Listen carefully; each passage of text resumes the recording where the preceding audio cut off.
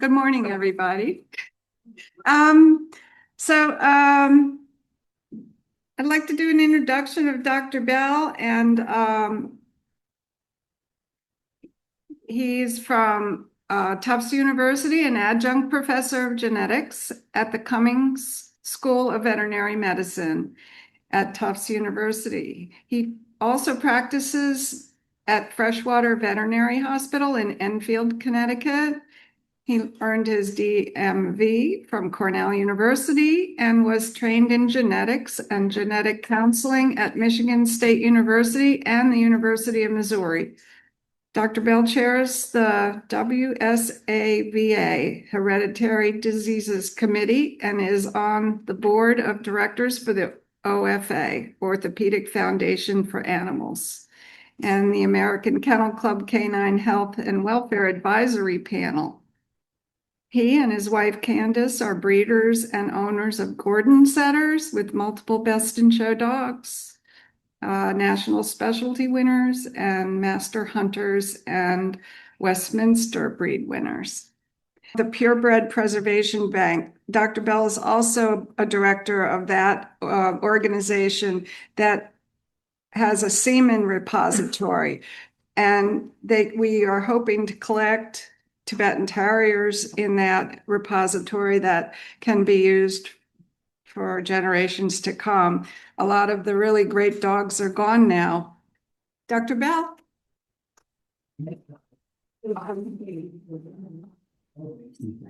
Thank you, and good morning, everyone.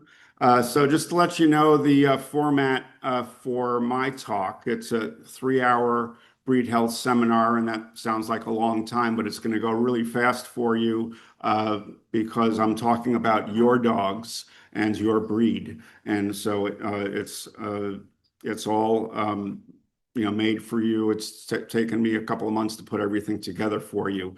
I'm going to present a whirlwind of information.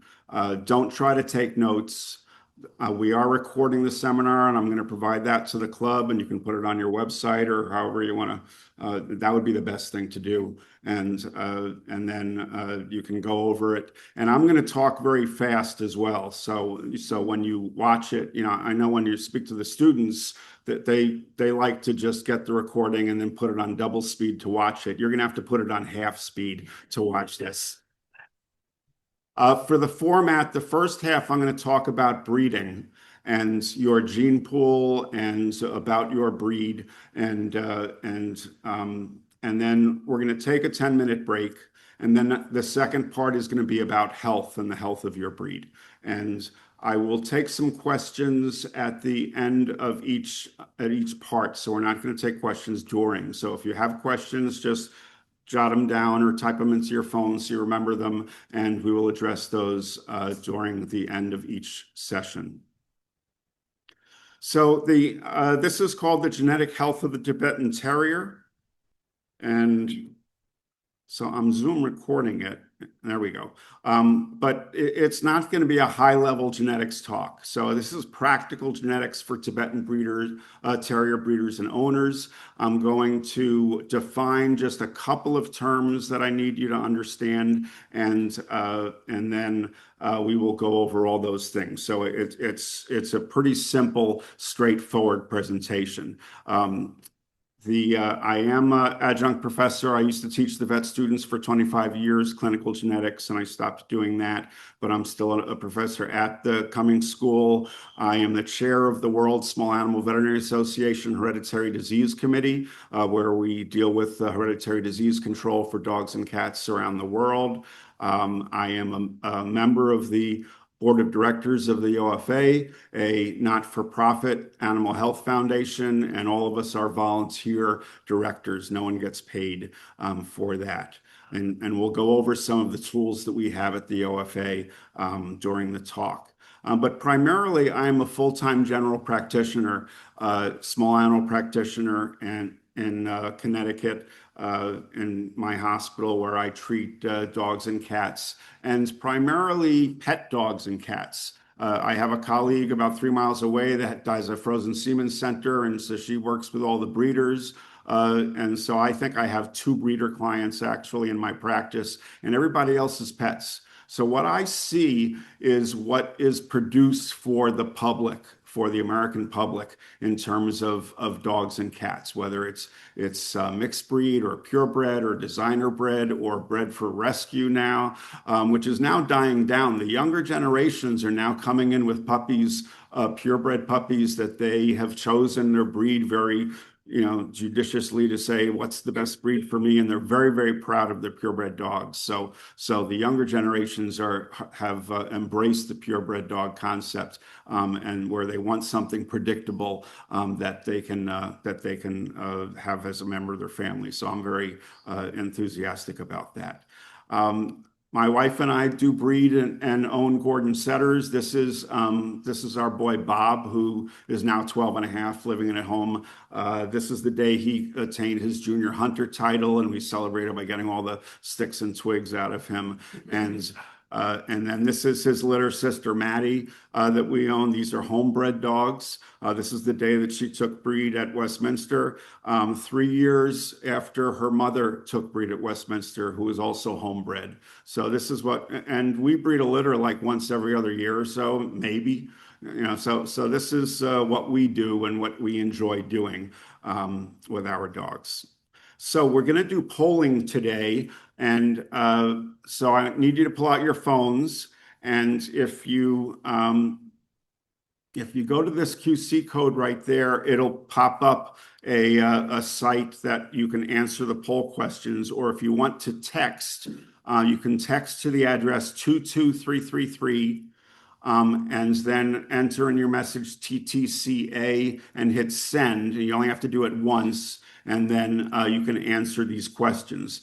With the QC code, if you go to the website, the webpage, it's the easiest way to go. If it asks you questions about registering, don't just skip it. This is completely anonymous.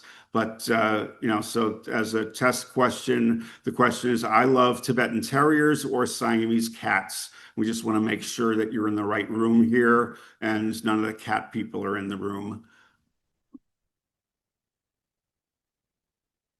The number for text is 22333 is the number you're texting to. And the first time only, you'll put TTCA, send, and then you'll answer A or B, I love Tibetan Terriers or I love Siamese cats. Okay, and I'm going to reveal. And so everyone in the room loves Tibetan Terriers, and I'm not saying you don't love Siamese cats, but so we're in the right room there. So you're there. If you're still struggling to get onto it, that's okay, because I've got a couple more questions for you. So, and I'll enlarge the QC code again. So this is a free form question. You can type in the box there. What is the greatest genetic health issue of Tibetan Terriers? So type that in and send it, and it will instantaneously pop up on the screen there. Allergies. Okay, that is probably your number one. And that is the number one genetic disease of all dogs, is allergies. Mixed breed, purebred, doesn't matter. That is number one. Atopy, okay. Allergies. All right, let's come up with something else. So we got allergies. What else? Lymphoma, all right. So that is certainly an issue that we have with cancer in the breed, and we'll talk about that. So different cancers. Allergies. So anything aside from cancers, lymphoma, and allergies.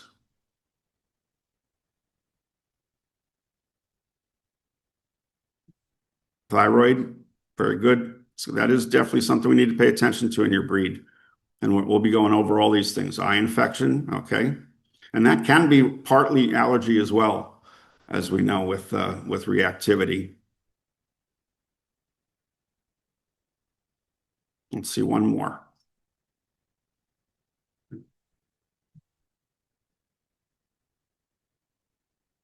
Okay, maybe not.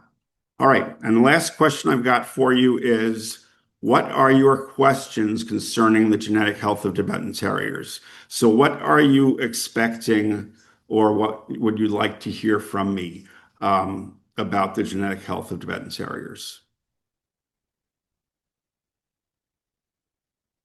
So intervertebral disc disease, we'll talk about that. The current state of the breed. We're going to go all over that. So that's what I'm here for. Degenerative myelopathy, okay? Or that could be diabetes mellitus, which is something you should be paying attention to, not degenerative myelopathy, but I will go over those things for you. Narrow gene pool, risks of genetic disease, certainly touching on all of that. Anything else? Close breeding versus open pedigrees. We'll talk about it. And when we talk about open pedigrees, it's not necessarily about opening up the gene pool. It's really what you need to understand is you've got a worldwide breed and gene pool, and you need to utilize the worldwide nature of your gene pool. If you feel that you're getting, so close with all the American dogs, let's get some foreign dogs in here who have known pedigrees and hopefully even verified pedigrees with DNA, and utilize that for the breadth of your genetic diversity of your breed, which you have. Ear infections. Okay, so we will go over those things. Temperaments, very good. All right. So a large number of individuals in a breed population provides greater choices when making breeding decisions. So you are a low registry breed. You have a small and shrinking gene pool, and that is probably the biggest issue that you have in your breed. Let's talk about selection, because selection is the absolute most important thing about maintaining your breed gene pool, is who you're going to use for breeding. With each selected trait or disorder, so the things you select for or the things you select against, the proportion of the available gene pool decreases. So if we say that this circle represents your gene pool, and then we're going to select for a certain trait that we want, and we're not going to use dogs that don't have that trait, and whether it's your top line or your head or what specific thing that you're looking at. And so the individuals within that circle there that have it, you're going to select dogs in this area of your gene pool, and you're not going to consider dogs in this area of the gene pool. And then let's say we have a genetic test for a hereditary disease, a serious fatal genetic disease like NCL. And so we want to test for that. And we only want dogs that are not going to carry that, or at least not be affected. And so you're narrowing your gene pool to this area. And then we have another trait that we're selecting against. And then we have another genetic test that we're going to run. And very quickly, what we find is that there's only a very small area of the gene pool that we're going to consider dogs from in order to utilize in our next mating. And so we need to recognize that a couple of things. First off, we need to recognize that if we're going to use a selection parameter for a trait or a genetic test, or something that we think that we're selecting for, we better make sure that what we're actually using for our selection parameter is reflecting what we really want or don't want. Okay, a genetic test that's a false genetic test, like that renal dysplasia test, we should not be utilizing, because you're dividing your gene pool and saying, I'll breed this, but not that, when the test actually is a false test and it doesn't tell us anything. So you're now restricting your diversity and eliminating dogs that shouldn't be eliminated from consideration. And you need to think about that with every single selection parameter that you're utilizing. The other thing is that we need to recognize that only a very small portion of the gene pool is ever used for mating to pass on the genes to the next generation. So it's like a genetic bottleneck in every generation, in every breeding, because of the elimination of the dogs that you are not considering for breeding. Let's talk about the registration statistics of the Tibetan Terrier, and I'm not going to go all the way back to the monks, but let's look at the last the last 14 years of actually 13 years, because we won't have 2026 until next year.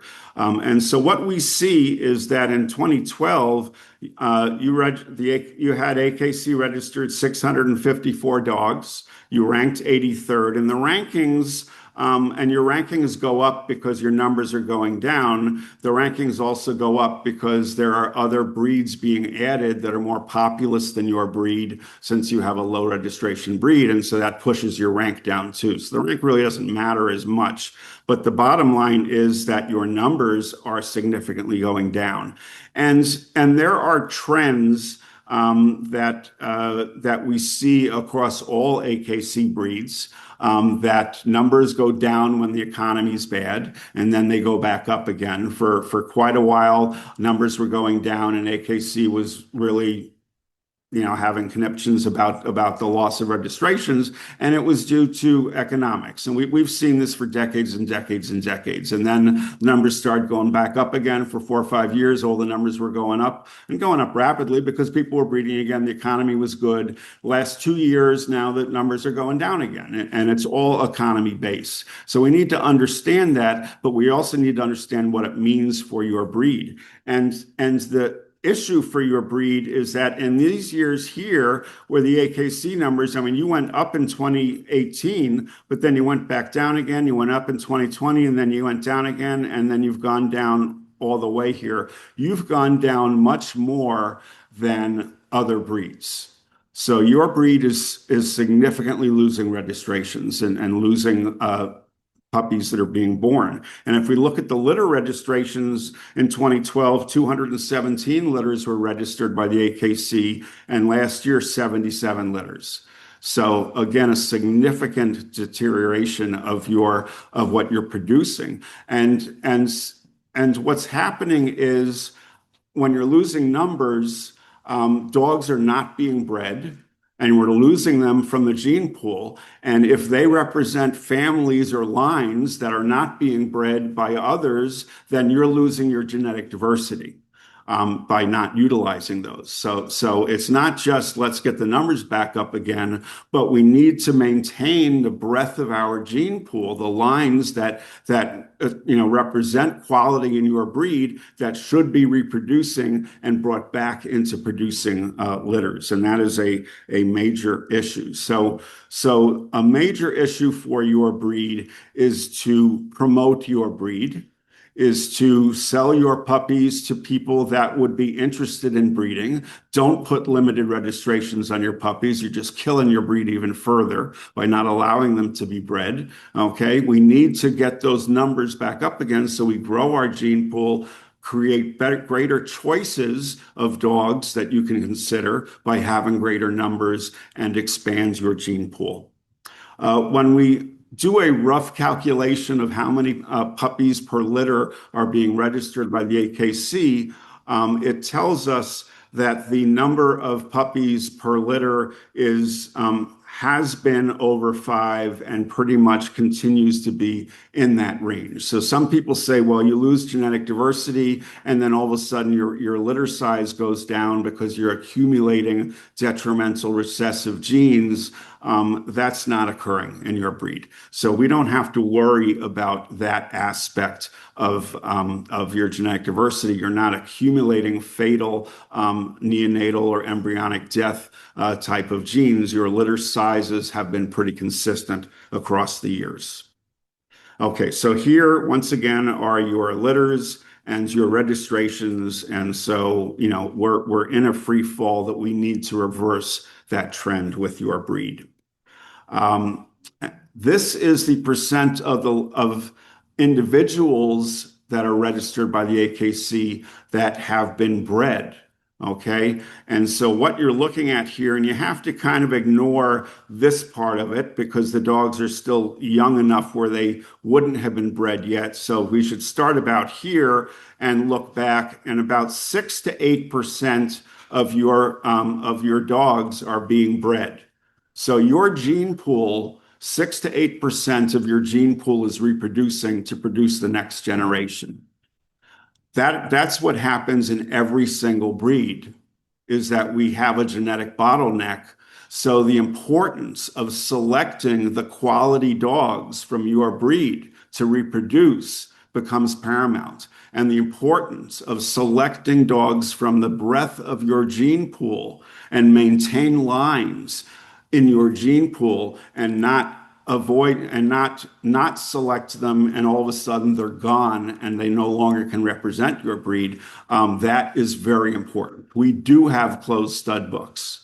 Okay, and some breeds they want to talk about opening stud books or getting dogs from the, new dogs from the monks if they've got new dogs or whatever. But the bottom line is you have what you have, you can only lose it. You can't gain it. And so we want to make sure we're not losing the quality that we have.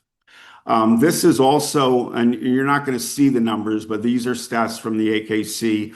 This is the percent of litters bred by parent club members. And so you've got here, you're about 50%, a little over 50%. Last year you were 73%. And that may also reflect the fact that you're losing litters that are not bred by club members. It tells us a couple of things. First off, it tells us that the parent club, you as breeders, are controlling your breed. So what you do in terms of selection, in terms of genetic testing, in terms of educating your club members and your breeders, you still have that control. There are breeds where the parent club members are only breeding 2 or 3% of the dogs that are being produced and registered, where the parent club no longer has control to educate the breeders. And so the parent club, instead of being an educator, has to be an advocate to try to get the non-parent club breeders to understand what their responsibilities are in terms of breeding, in terms of genetic testing, in terms of selection. So you still have pretty good control over that. Okay, the next part of the talk is about pedigree analysis.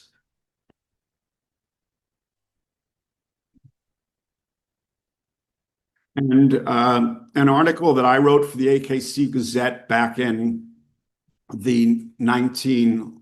think it was 1992 or so, called The Ins and Outs of Pedigree Analysis, Genetic Diversity and Genetic Disease Control. There are copies of it all over the internet. One copy is there on Serious Dog. And I'm going to go over that, but I'm going to utilize the Tibetan Terrier gene pool and pedigrees so that it's of interest to you. So before we go into it, the next question is, and for people that just came in, if you take your camera and point it at that QC code, the questions will come up on your phone and you can click your answer. My last mating was N, or if you haven't bred a litter yet, I prefer to do inbreeding, line breeding, outbreeding, outcrossing, or crossbreeding. So what did you do or what would you prefer to do? And I know you're going to say, well, can you define those for me? And that's what I'm going to do next. But first, I want to know what you think you're doing, and then we'll talk about what you are doing.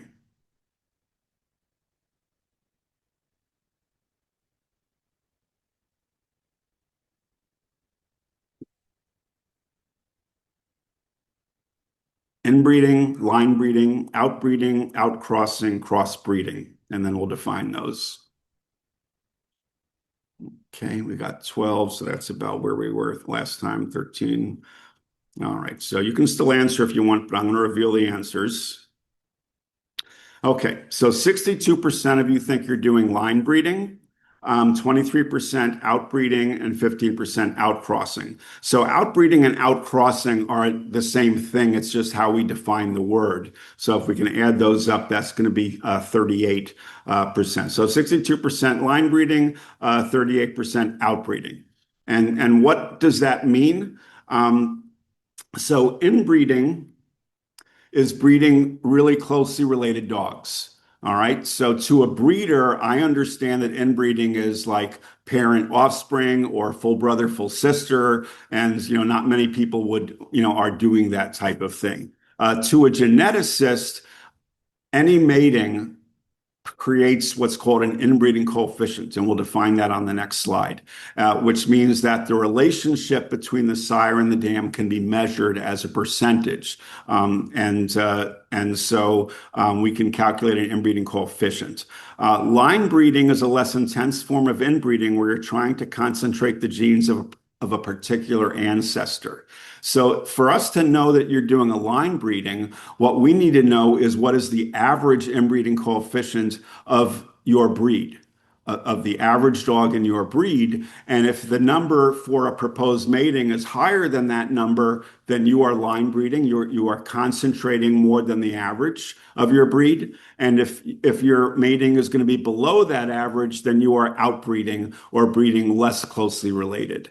And I know that breeders use the term outcrossing instead of outbreeding. As geneticists, we like to save the word cross for when you're actually crossing different breeds. And when I used to say, which is rarely done, but then designer breeds came along and now it is done. But that's not what you guys are trying to do right now. So the bottom line is, are you breeding more closer than the average of your breed, or you're breeding less close? And then we'll talk about what those things mean.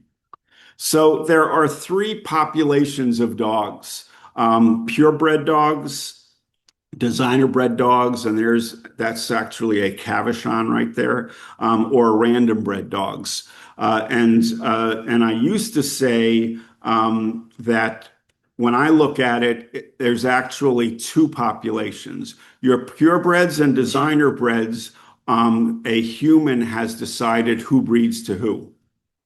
Make that go away. And in random bred dogs, it's the dogs that decide who breeds to who. If a person is going to determine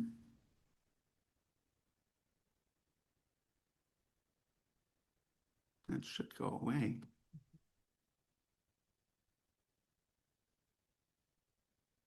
There we go.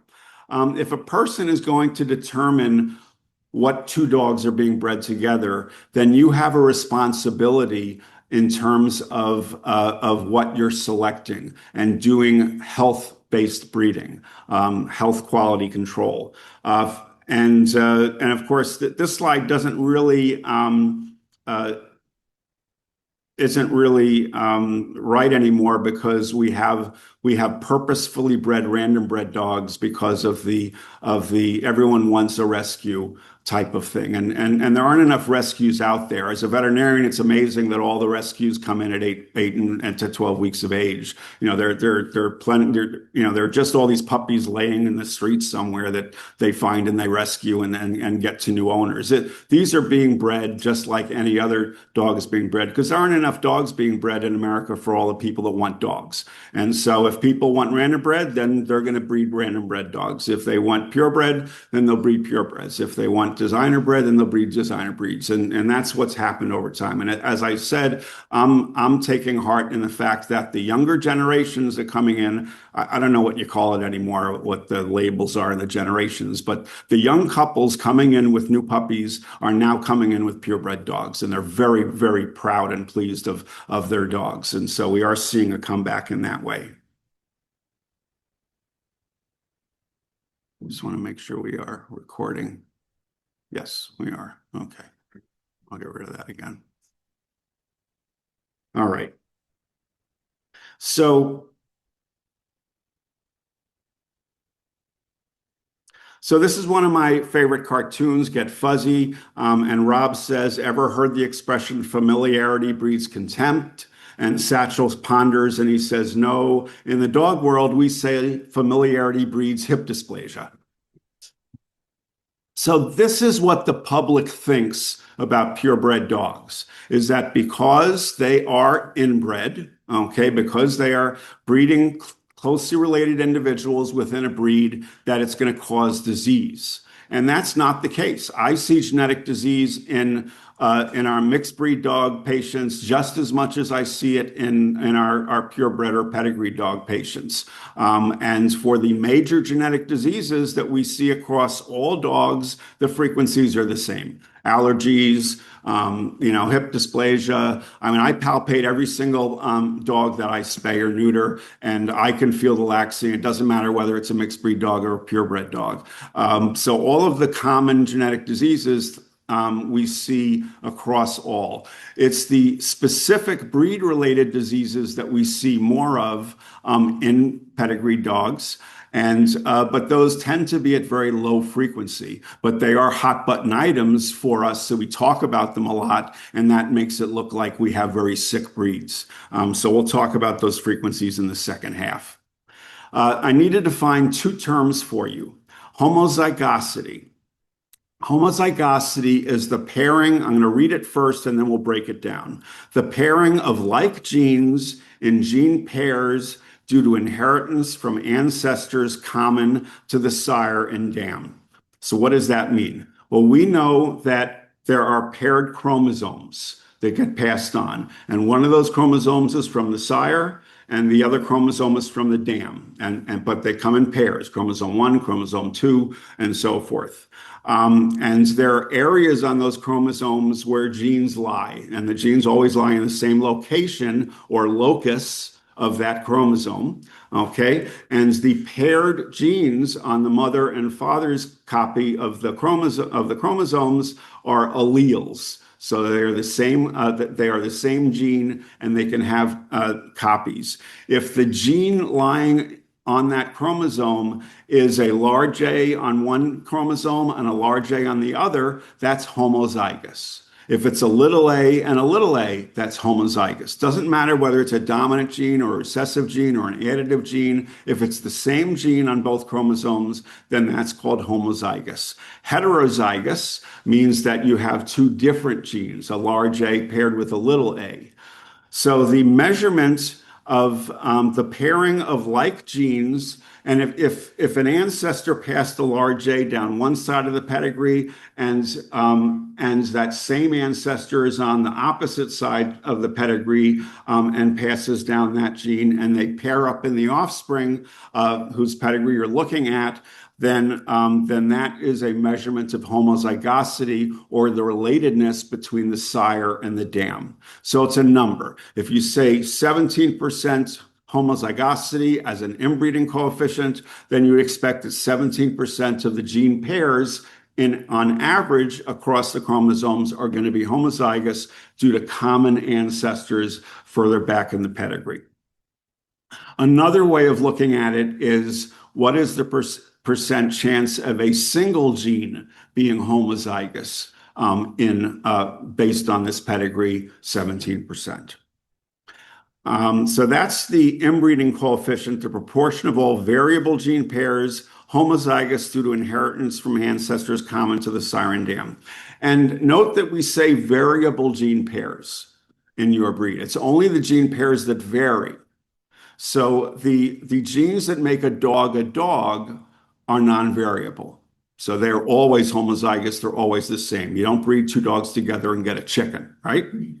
And then the genes that make a Tibetan Terrier or a Tibetan Terrier are non-variable. So you breed two Tibetan Terriers together, you don't get a Chihuahua, right? So those are non-variable gene pairs. We're only talking about the gene pairs that vary within your breed when we're talking about these measurements. And so that's the inbreeding coefficient.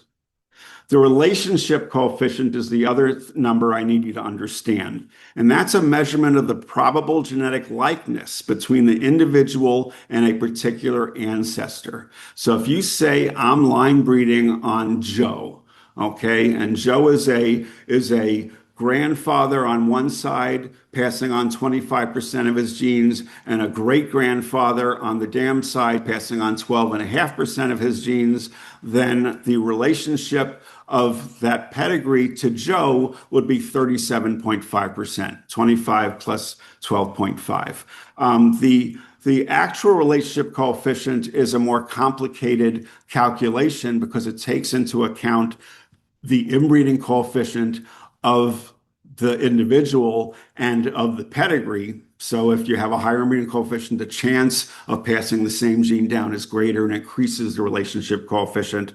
But for the easy part, that percent blood calculation based on where you sit on the pedigree, 50% parent, 25% grandparent, 12 and a half great grandparent, and divide it by 2 for each generation that you go back, and you add up all the occurrences in the pedigree. So this is a analysis of the Tibetan Terrier gene pool based on the online World Pedigree database that was supplied to me. So we hope that this does represents your breed in general.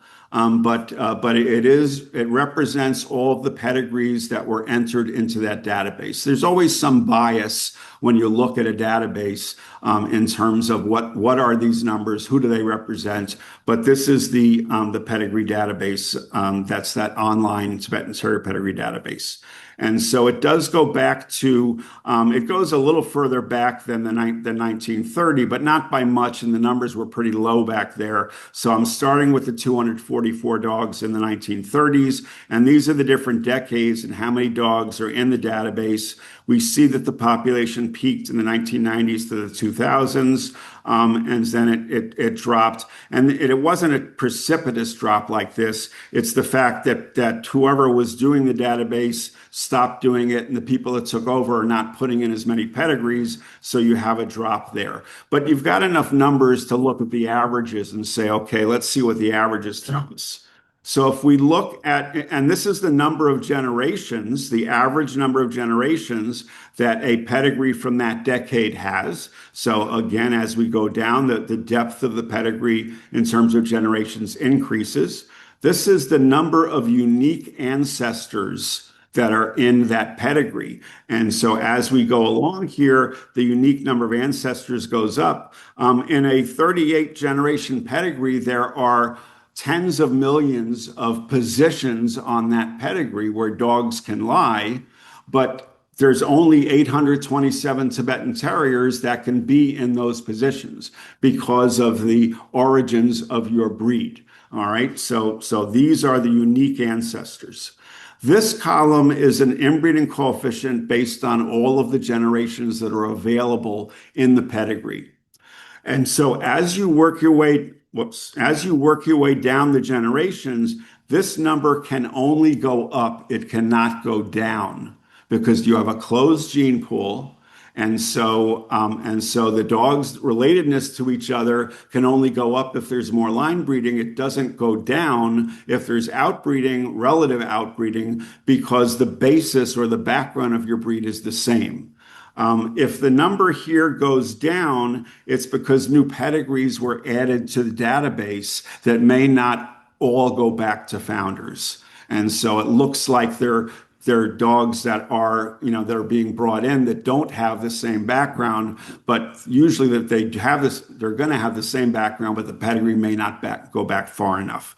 And so what you see is your numbers go up over time, which is what we expect.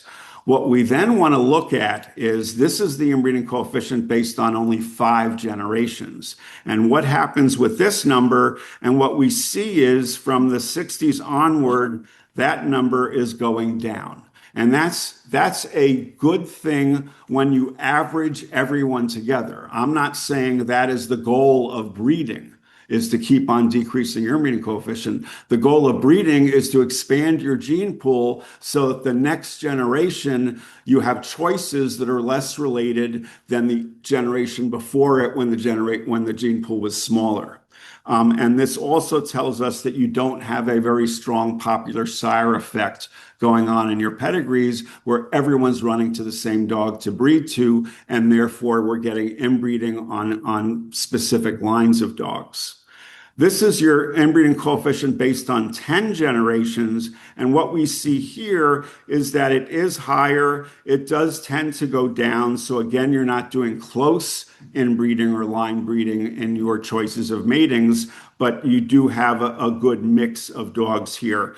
And so in the 1990s, you're about 15%, which tends to be an average that we see across most breeds. So here is is a graph of those numbers. This is the all generation inbreeding coefficient, 10 generation, 5 generation. So it shows what you guys are doing with your matings. This is an analysis of the AKC pedigree database, all of the dogs that were AKC registered Tibetan Terriers. So the AKC in the early 1980s converted from a mainframe computer system to a PC-based computer system.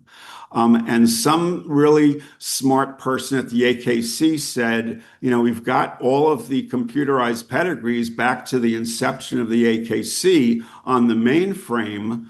But, to pay a computer guy in the 1980s guy or girl, to convert those over to the new system is going to cost us some money. Why don't we just not do that?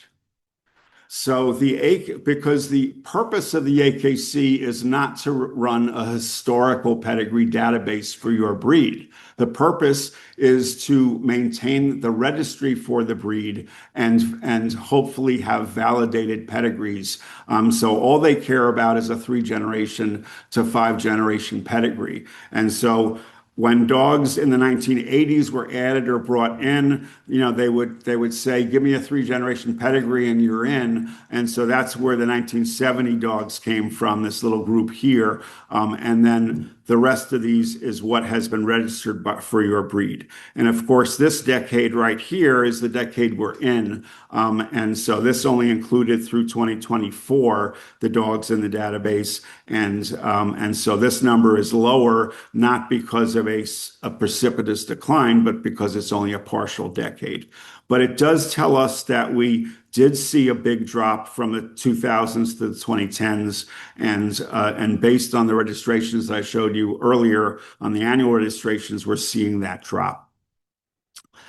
And this inbreeding coefficient for all generations, again, is a truncated number because it does not have any of the founders or the background dogs from the 1970s and 60s backward. And so it's only showing you the inbreeding coefficient based on the dogs from the 70s onward. But again, you can see that you are not significantly increasing your 5 generation and 10 generation inbreeding coefficients on average.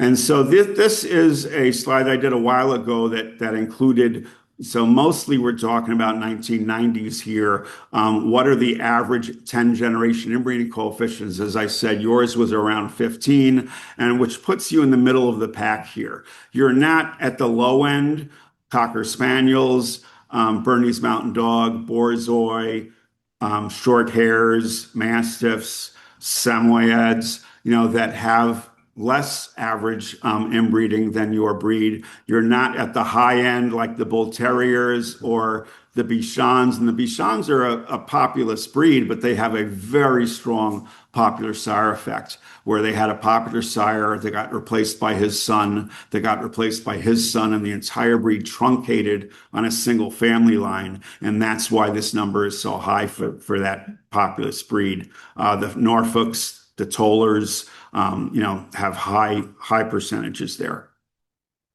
Okay, so a molecular genetic inbreeding coefficient is a more accurate estimation of the actual homozygosity of your breed, because a pedigree-based COI is going to be based only on the pedigrees that were entered.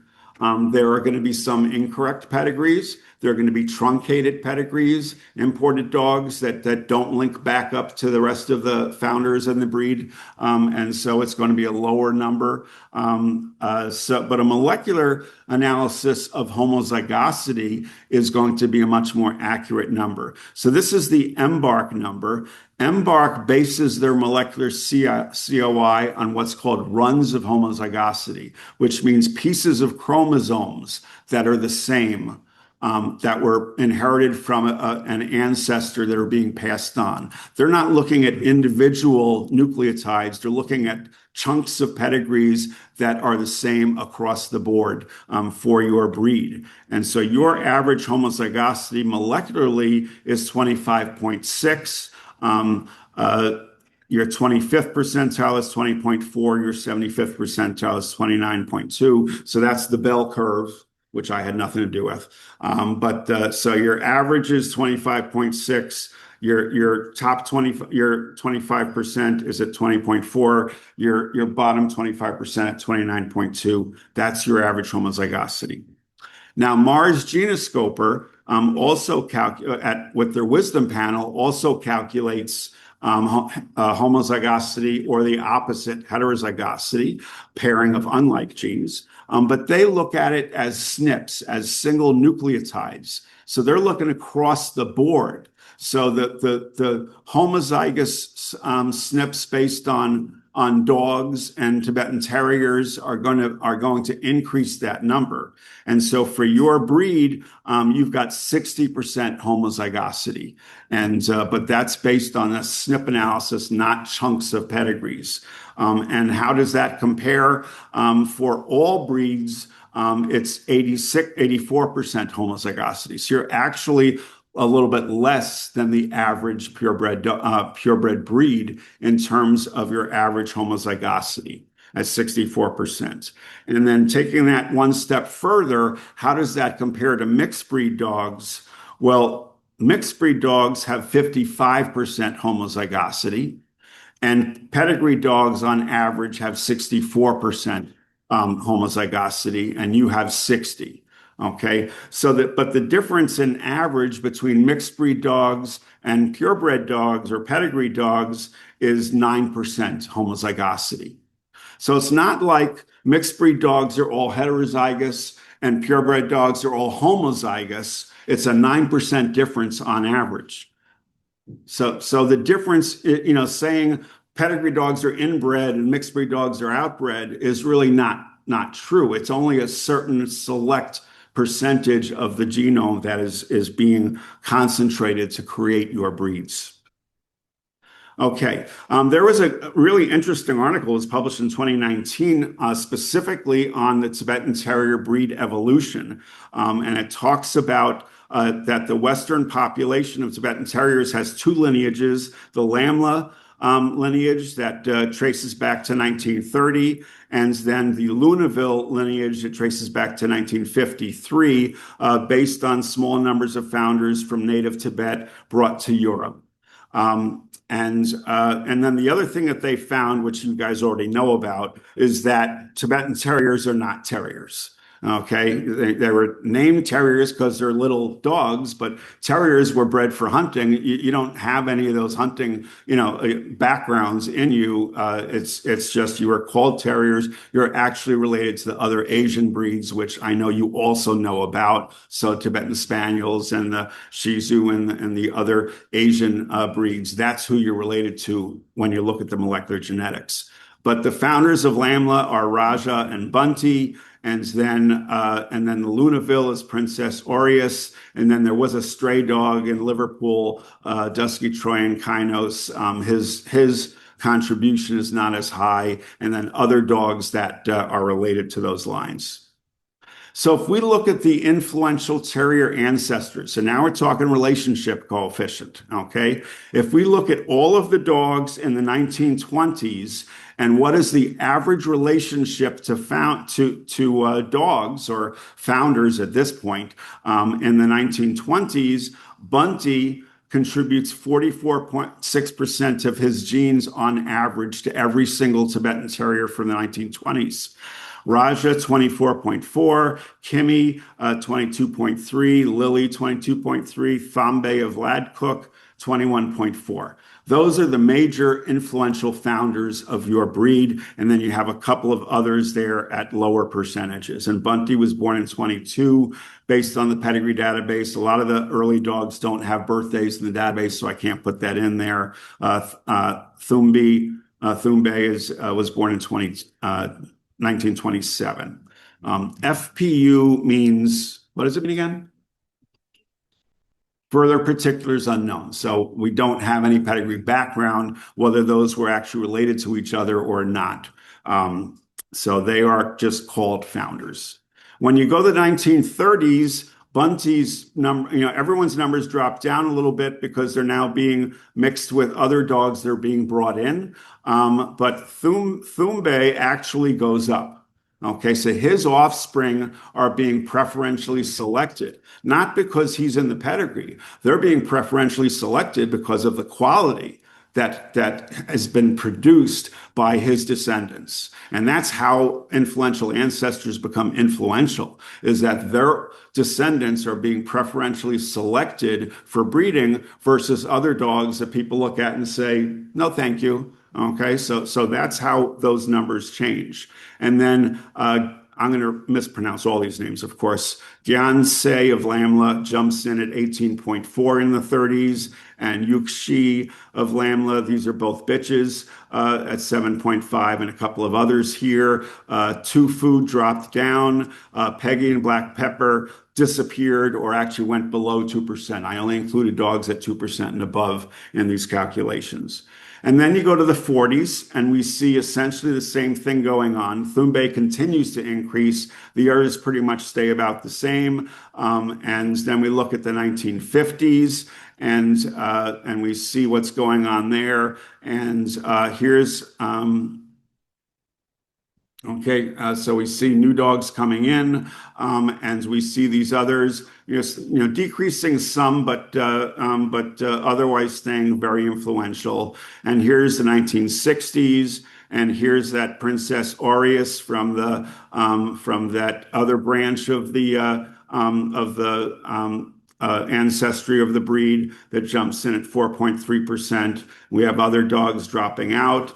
We have other dogs going up. Look at Thumbe, continues to maintain, as well as the founders there. Here's the 1970s. We have others that have gone down. We've got Lunaville Prince Khan jumps in at 16.3. He was born in 1960, and the dogs from the 1970s on average have 16% of him. So he obviously was a popular dog in breeding at that point in time, probably, a popular sire. 1980s, though, we see Lunaville's influence continue to go up. So what he has produced is definitely of quality that people are selecting for, and the others staying about the same. And the 1990s, all of a sudden we see Lunaville start to go down again, a big jump down. Maybe they're starting to see some defects or disease or things that they obviously don't like, and they're not preferentially selecting his descendants. And again, this isn't consciously saying, Prince Khan, I don't want him. Okay, what they're doing is they're looking at dogs and saying, I want to breed this dog. Nah, no thanks on that one. And so that's how the influence changes with these dogs. And look at Thumbe, born in 1927, and he's still passing on a quarter of his genes to every single Tibetan Terrier. And here's the 20,000s, and look at Prince Khan. Boom, disappeared. Okay, so less than 2%. And/or multiple offspring of his are no longer being used for breeding. Maybe one offspring of his, in which case he wouldn't be counted as an influential ancestor, only the offspring would be, and possibly related to Lunaville Lady Penelope, who jumped in at 7.9. Okay, and then here's the 2010s. And you've got dogs all of a sudden here. Look at Buchak Ali had gone way down below 2% and then slowly creeping back up. And here's two dogs that went below 2% in the 1970s, and all of a sudden they're starting to come back up as well. So their descendants are being preferentially selected for. And then here is just the years of this decade, the percentages that are going on. This dog at 2% is a Tibetan Terrier, a Tibetan import, DGEHLHA. I'm not sure whether that's a name or initials or whatever, but a dog that was born in 2008 is now passing on 2%. He was an imported dog. So that is the influence and the background of your breed are those dogs. And remember, Thumbe from 1927 Remember Bunty in 1920 from 1922, and so forth. So I now want to look at a pedigree analysis of a single dog, and I personally selected this dog. So if it's your dog, congratulations. Anyone ever heard of this dog? Pandan Ashland's Mika at Honey Creek. I think it's a female. You heard of her? Okay, so I picked her pedigree because it shows a couple of things that I want you to understand about matings. And so when I look at a pedigree, so the sire is always on the top and the dam is on the bottom, and the sire's sire and the sire's dam, the dam's sire and the dam's dam, and so forth back in the pedigree. And then I'll have the program. I used to color it in with the colored markers, but now we have computer programs to do it, thank God. I used to calculate inbreeding coefficients for 10 generations myself by tracing the pathways and having to do that. So it would take about a week to do a pedigree, and now we have computer programs to do that. So you color in dogs that appear more than once. So Conmira, Ashland, St. Nick, there and there. Ashland's Run for the Roses, there and there. And then on that, their parents and so forth back. And so that tells us the relationship in the pedigree. So what we see are that this mating pair produce Ashland Excalibur Tried and True, as well as Ashland Shays Divine Design. So Tried and True and Divine Design are what? They're full siblings, okay? They may be litter mates, they may be from peak breedings. It's hard to say on a pedigree, but it doesn't matter because it's genetically the same thing.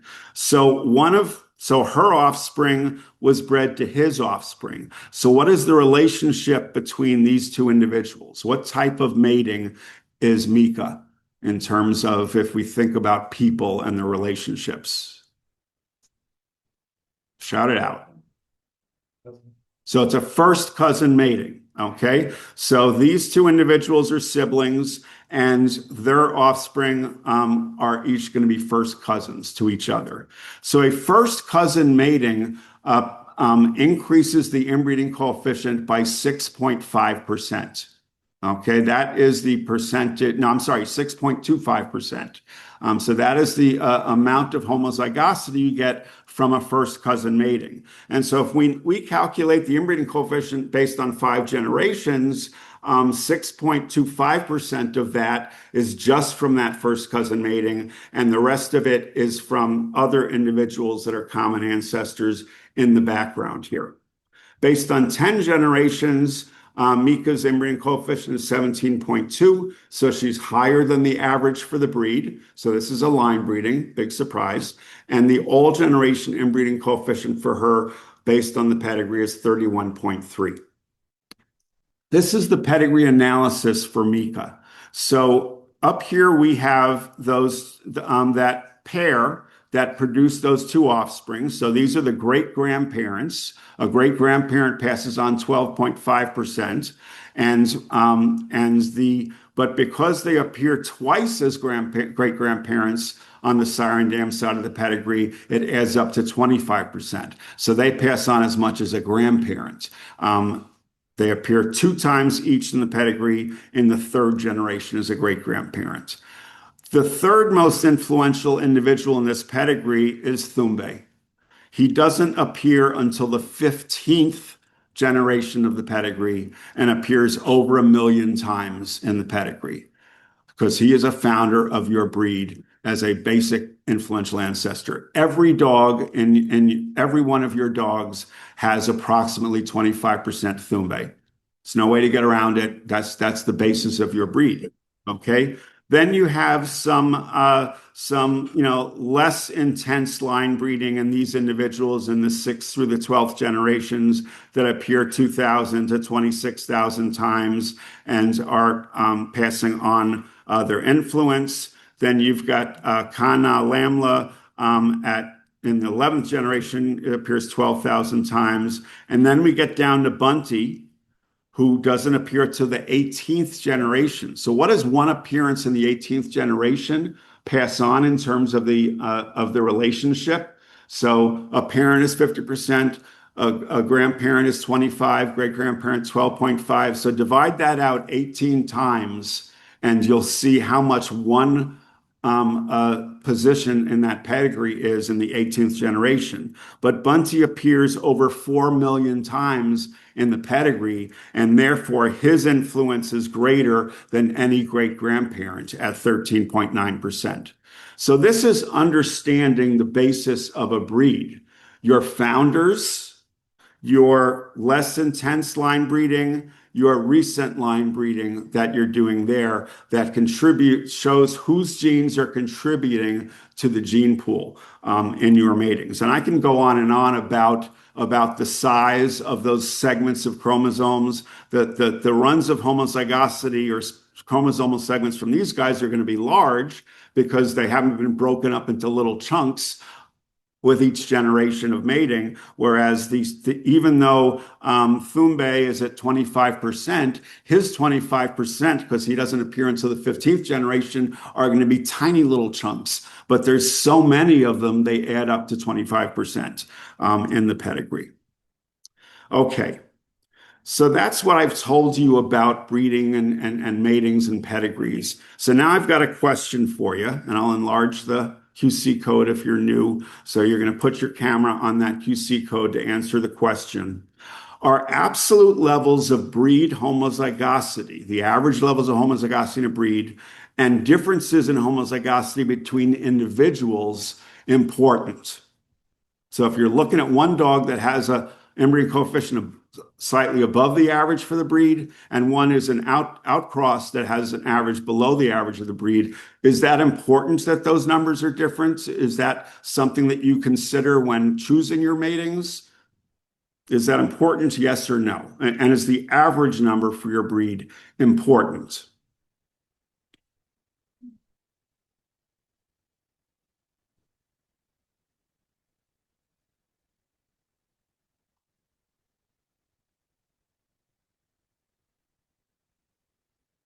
Okay, so some of you are thinking about it because we're not up to 12 yet. Okay, so I'll stop the suspense.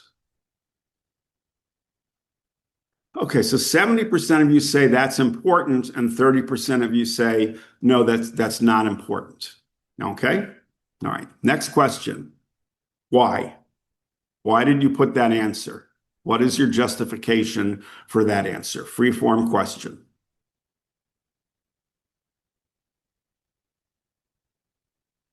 Again, it's anonymous, so write whatever you want, but let's try to keep the profanity to a minimum. Knowledge to go forward. Okay. Not enough effect. Gut feeling. All right. It means you are reproducing consistency of traits that you want by having a higher inbreeding coefficient. Predictability with an increased inbreeding coefficient.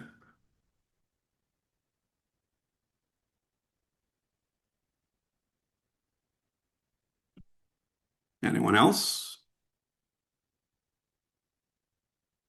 Because the commercial molecular genetic testing labs use a homozygosity measurement to tell you whether your dog is going to be healthy, a healthier dog or not a healthier dog, or a healthier mating in a proposed mating or not a healthier mating. And because they can sell that to you and the people are buying it. Okay. And so they are making money on that inbreeding coefficient being a measurement of genetic diversity and health in their dogs. Higher numbers does not mean the dog will be healthier, which is correct. Okay, so let's talk about this a little bit. In order to understand about breeds, you must understand about breed evolution. Studies of dog breeds estimate that they lose on average a third of their genetic diversity through breed formation. And this was back in 2009. I would say that you lose a lot more than a third of your diversity. So this is a pedigree of a single dog. This is not a Tibetan Terrier, but it's what a Tibetan Terrier would look like as well in general. And so this is the dog we're looking at, sire and dam, grandparents. So this is the part of the pedigree that you're used to looking at. These are the founders of the breed back here. that the breed was based on. And so those founders were bred, and if they produced what people liked, then they continued to reproduce. And if they didn't produce what people liked, then they were discarded and did not contribute further to the gene pool. And so this is the breeding and purging phase of breed evolution and development. And then once they get to a population that is breeding true, that is healthy, that people like what they're seeing as a breed, we then go through a breed expansion phase where the numbers go up. And so that population expands. And then in actuality, because we're only looking at a single dog's pedigree, this is only the ancestors that lie behind this dog. But in actuality, in any dog, this line continues to go all the way up to the ceiling, and this line continues to go all the way down to the floor if you're looking at all dogs in the breed. Okay, so it's not a diamond shape as much as a cone shape now, to encompass all of the dogs in the gene pool in the breed. So this is typically what a breed looks like in its background. Any selection over generations will create homozygosity due to uniform, purposeful selection for breeding goals. If you consistently select for the same thing generation after generation, whether it be conformation, whether it be health, whether it be whatever, consistent selection creates homozygosity. And it diminishes the frequency of undesirable genes that you're selecting against, conformationally or health-wise. Any selection will cause a loss of genetic diversity. Any selection. So this is why when you look at the endangered species programs, species survival programs, the absolute law is that there is no selection. You breed everybody that you possibly can, so that you don't lose any diversity. But when you're selecting and breeding, you're losing genetic diversity. But this loss is not detrimental to the population if it's directly related to increasing its superiority, conformationally and health-wise. Even without close line breeding, selection for positive traits will increase their homozygosity, having originated from distant ancestors. Oh, and I want to mention, want to thank everybody for donating the pictures of their dogs off their websites that I stole. Okay, so if you see pictures of your dogs in my presentation, thank you, and you can silently clap and say, hey, my dog made it into the presentation. So selection equals homozygosity. If you're selecting, you're going to increase homozygosity because that's what it does. These are necessary and expected consequences of breed formation and evolution. That is not a Tibetan Terrier. That is Mr. Smith. He was my first master hunter, and that is a live bird that he's carrying in his mouth. Just wanted to put him in there. So homozygosity is not inherently correlated to impaired genetic health, nor does it need to be artificially controlled. Some breeds originated based on a single mutation that caused a trait that was distinctive, and people wanted to propagate that and create a breed around it. Those breeds are going to have high average homozygosity because it's based on a limited kindred. Some breeds are based on a working phenotype, where if a dog could hunt or do a task properly, then they were in. Okay, and that's what was used to develop the breed. And then they needed to standardize colors and size and shape, and so truncated a little bit and created a breed standard. But the basis of that breed was very diverse. Anybody could come in, and those breeds tend to have low inbreeding coefficients on average. So the short hairs have a low inbreeding coefficient because of that in that way. Healthy breed gene pools require expanding or large, stable populations. So this is our number one message to you that I talked about, is the fact that your numbers are dropping rapidly and is that you are losing your gene pool, and you need to make a stop to that. You need to advertise your breed, you need to promote your breed, and you need to talk your puppy buyers into becoming breeders themselves and expands your gene pool. So no more limited registrations, okay? You need to, I mean, if the dog has a defect or something, then fine. But otherwise, you need to not limit who's going to be bred, and you need to promote the breeding of your breed, or it's going to disappear. The number one cause of lack of genetic diversity in breeds is the popular sire syndrome. So if we look at this as a geneticist pedigree, and squares are males and circles are females, horizontal lines are matings and vertical lines are offspring. And even though this is a single kindred here, let's say that this represents your entire breed. And then a dog comes along and everybody oohs and ahs and says, oh my God, what a magnificent dog. And so people start breeding to him, and bitches from the breadth of the gene pool are being bred to him, and he's producing great offspring. And so everybody wants to breed to him. And then they start line breeding on him.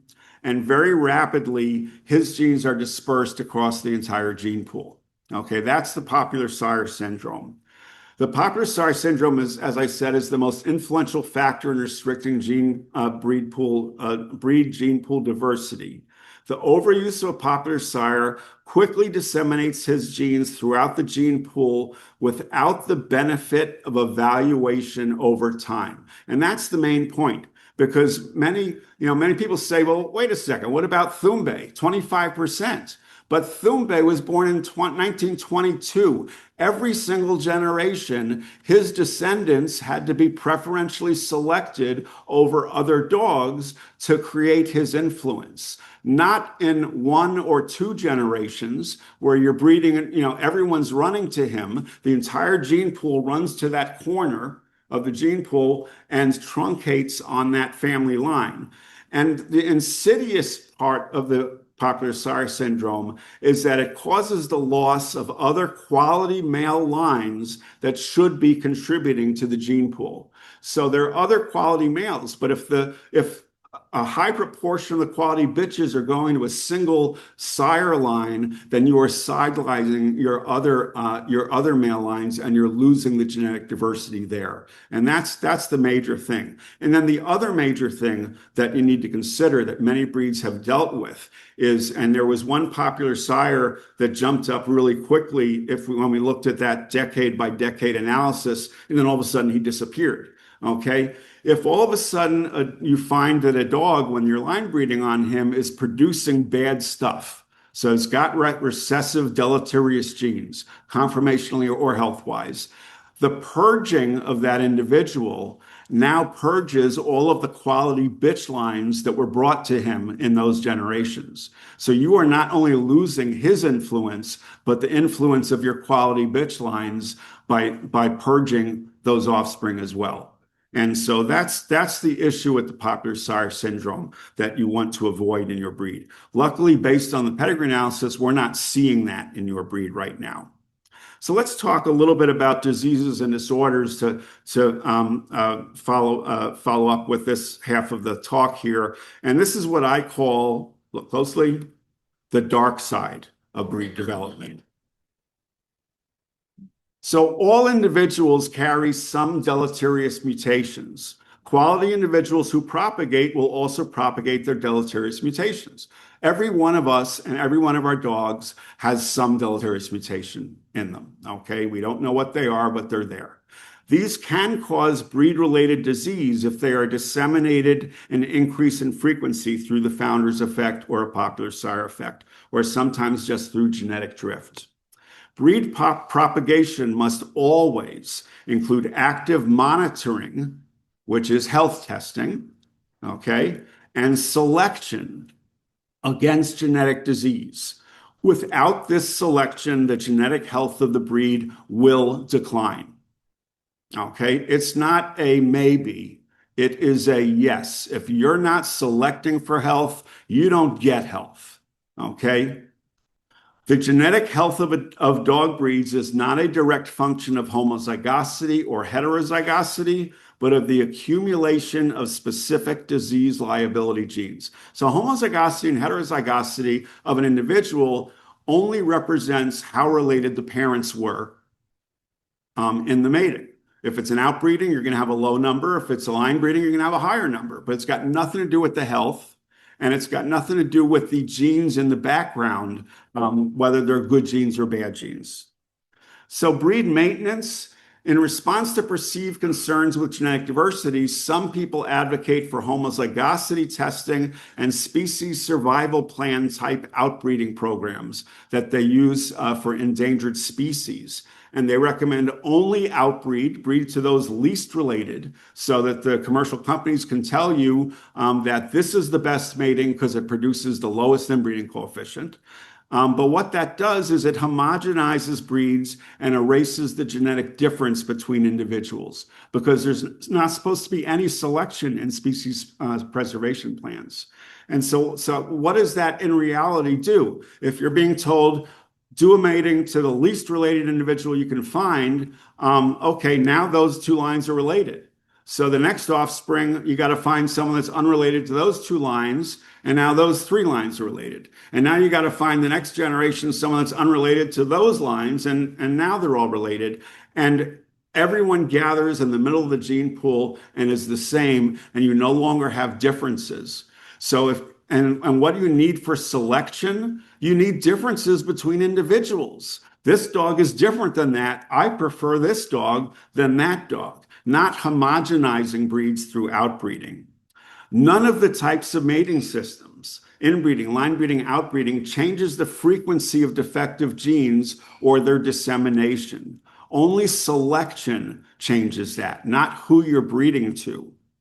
So genetic diversity, the molecular geneticists have, and I'm lumping everyone together there, but there are some that believe in this, and there's some that now recognize, wait a second, it's not making sense. Maybe that's not really what's going on. Because molecular geneticists were taught population genetics by endangered species geneticists, by animal endangered species geneticists, because those are the population geneticists that are out there.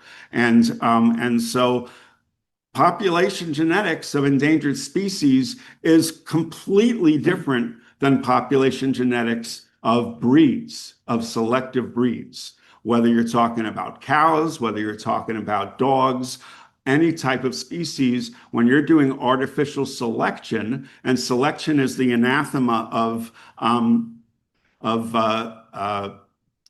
endangered species breeding, that's what you get. In identifying the tools of line breeding or outbreeding, molecular geneticists are instructing us to use that as the goals of breeding. And we need to understand what a tool is and what a goal is, okay? So, it's like saying, if you have a hammer, everything starts to look like a nail, all right? And so that, inbreeding coefficient. And that's just not the case. None of the recommended manipulations have to do with the health of the breed or selection for or against specific health or diseases or liability genes. So selection against homozygosity and for heterozygosity actually selects against the good homozygosity accomplished through generations of selection. So when you are increasing the superiority and the quality of your breed in health and in conformation, you are increasing the good homozygosity. And when molecular geneticists look at homozygosity and heterozygosity, it doesn't green light good homozygosity and red light bad homozygosity. We need to know what are the liability genes or the genes that we don't want, and what are the genes that we do want.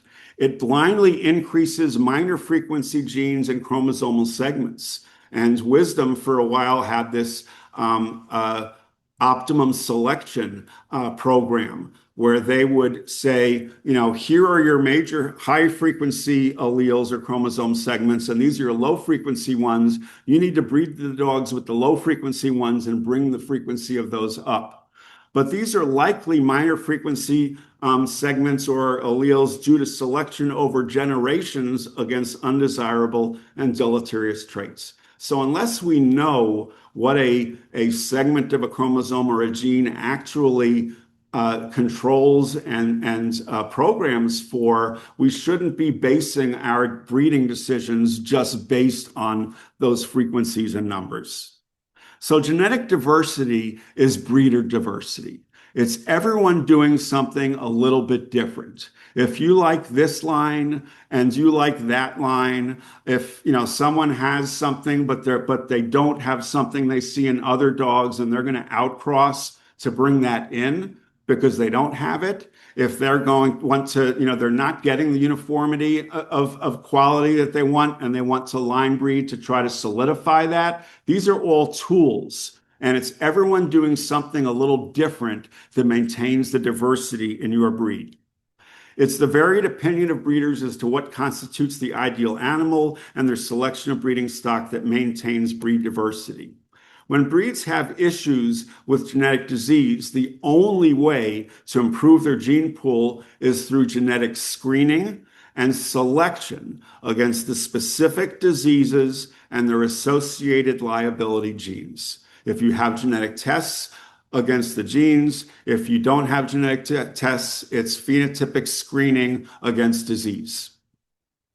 Moderation away from extremes that cause disease should be a guiding principle in breeding and in judging. So thankfully, you don't have extreme conformation as an issue with your breed. Extreme hair, extreme size, extreme brachycephaly, extreme angulation.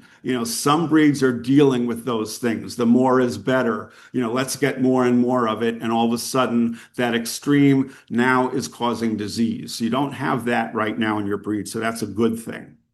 So lastly, breed maintenance requires avoiding the popular sire syndrome, utilizing quality dogs from the breadth of your population to expand the gene pool, monitoring genetic health issues through regular health surveys so you know what's going on in your breed, doing genetic screening for breed-related disorders, participating in open health registries to manage genetic disorders, because most disorders are polygenic or complexly inherited. So you get more information by knowing about what the litter mates and what the family has in terms of the expression of that disease than just the one individual you're considering, and constant selection for health and for quality.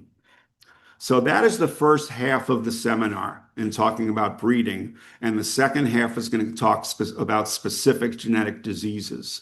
And I'll open the floor. So it is 10:25, so we are almost halfway through the seminar. And if there are questions on the first half, I'll entertain a couple of questions now before we take a 10-minute break. Are there? Okay, and we have some microphones. Somebody has these on.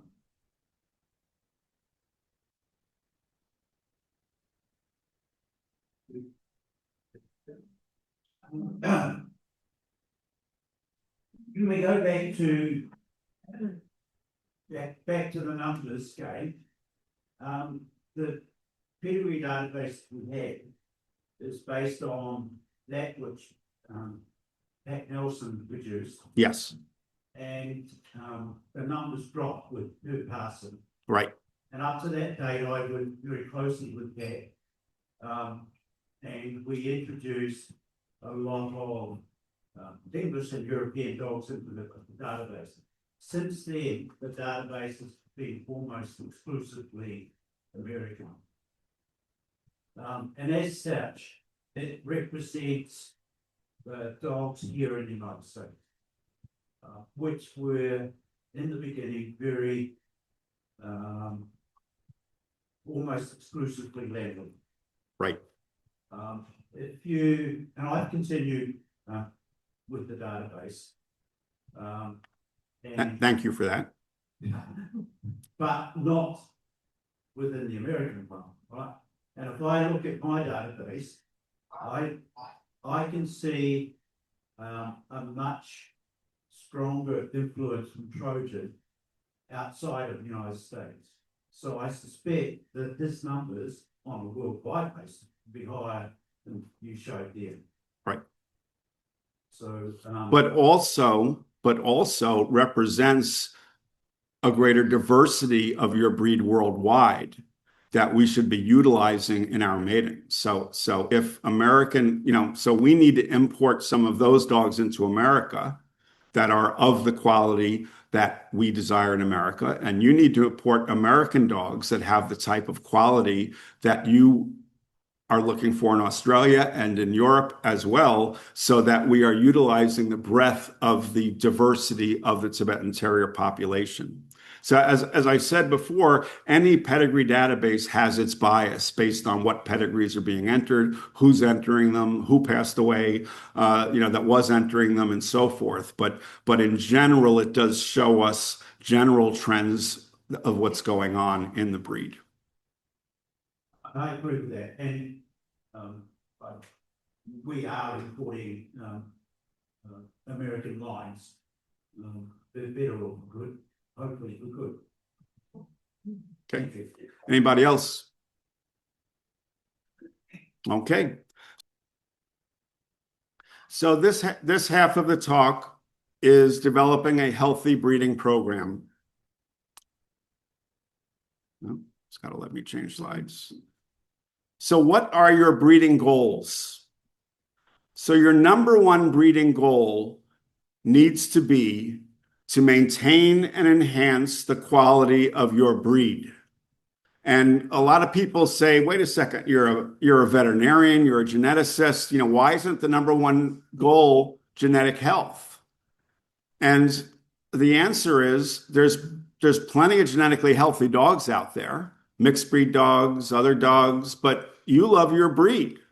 So if you're breeding your breed, your number one goal needs to be to maintain and enhance the quality of your breed. Okay, do not limit the genetic diversity of the population. You need to think about what each individual's effect of your breeding choices are on your gene pool. And then genetic disease control is equally important. And the number one goal is do not produce affected animals in your next litter.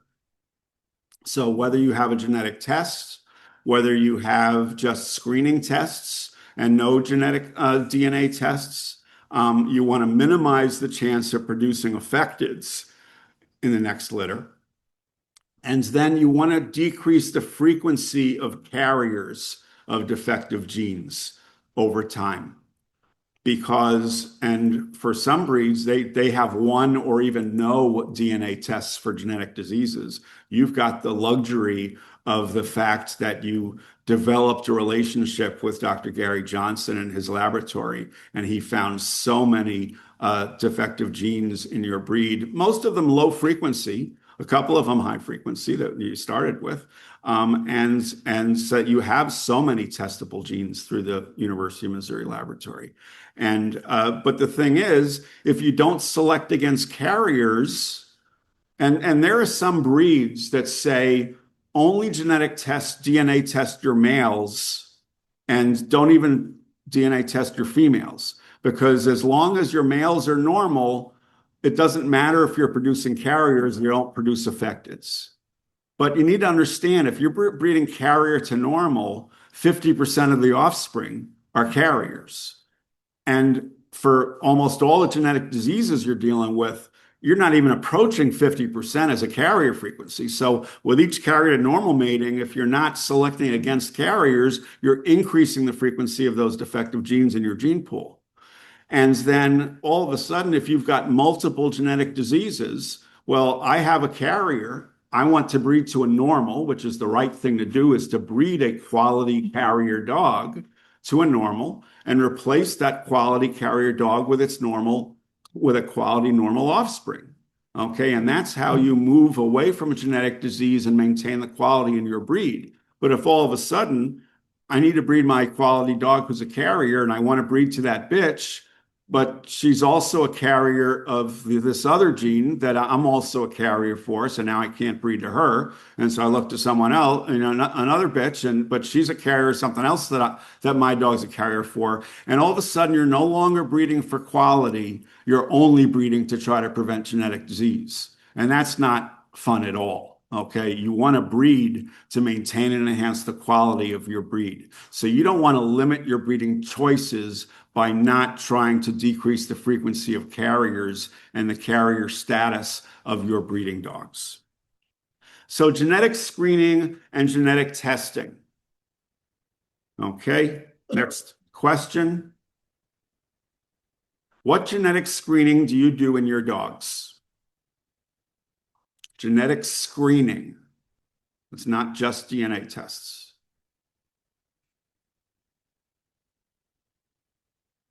If you've already answered in the box, just go to that web page that you had before. You don't have to keep on doing the QC code, but you can, but it's the same one. The questions just show up in the same box.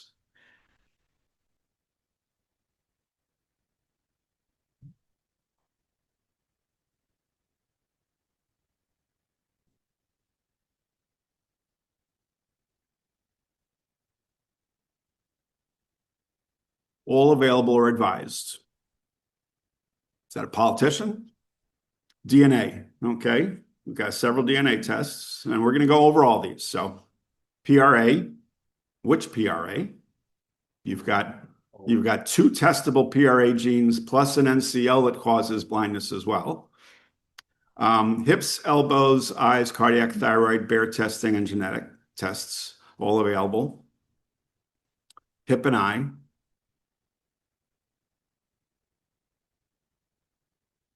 Hips.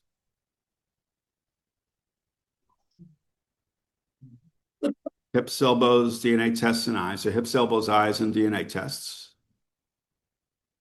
All required and advised. NCL. Okay. PRA, all of them. NCL,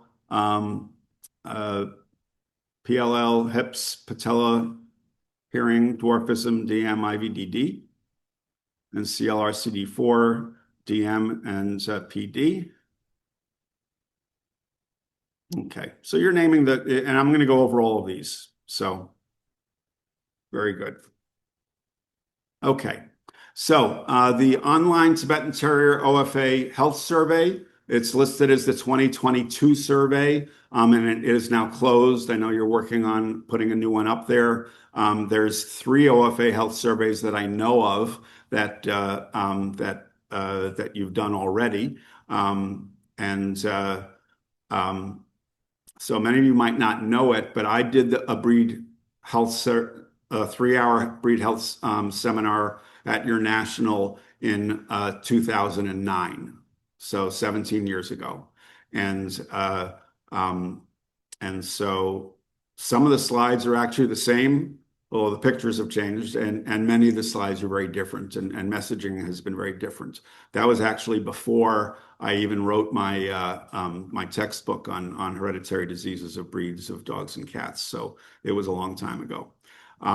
So 686 dogs have data entered in the 2022 OFA Online Health Survey, and you can look all of this stuff up on there. And 33% of you do eye exams with a boarded ophthalmologist.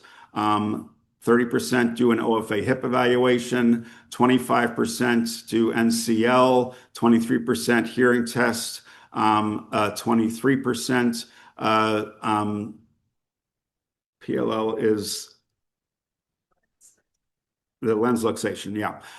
Lens luxation DNA test, 19% the RCD4 form of PRA, 17% the PRA3 form, 16% patella exams, AKC DNA profile, PRCD form of PRA, which is not really a big issue in your breed, but it occurs across all dogs. It's the most ancient PRA test that we have, or disease that we have across all mixed and purebred dogs. DNA test for degenerative myelopathy, we'll talk about that. Coats, elbow, renal dysplasia, which you should not use that test, cardiac exam, thyroid profile, other hip evaluation. Okay, so the AKC Canine Health Foundation periodically queries all the breed clubs to say what are the diseases of most concern to your breed. And they do that because they want to know, which diseases should they put the most money into in their research grants. They haven't done it recently because recently, and especially Stephanie Montgomery and Diane Brown are scientists. And as opposed to the old ones where they just sent out to all the breed clubs and they compiled all the answers and they added them all up, they're saying, well, we need a statistically confident way of doing this. So they're kind of stuck at the starting gate by not asking that question because they're trying to figure out a way that they can actually validate those results, which is very difficult to do in that type of survey. But at any rate, before I go with those results, their next question. So again, this is an anonymous question. What genetic disorders are you seeing in your dogs? What are your dogs affected with? I'm not saying that they test positive as a carrier. What genetic diseases are occurring clinically and affecting the health or life of your dogs? And again, it's an anonymous thing. So if you don't want to share it, go like this.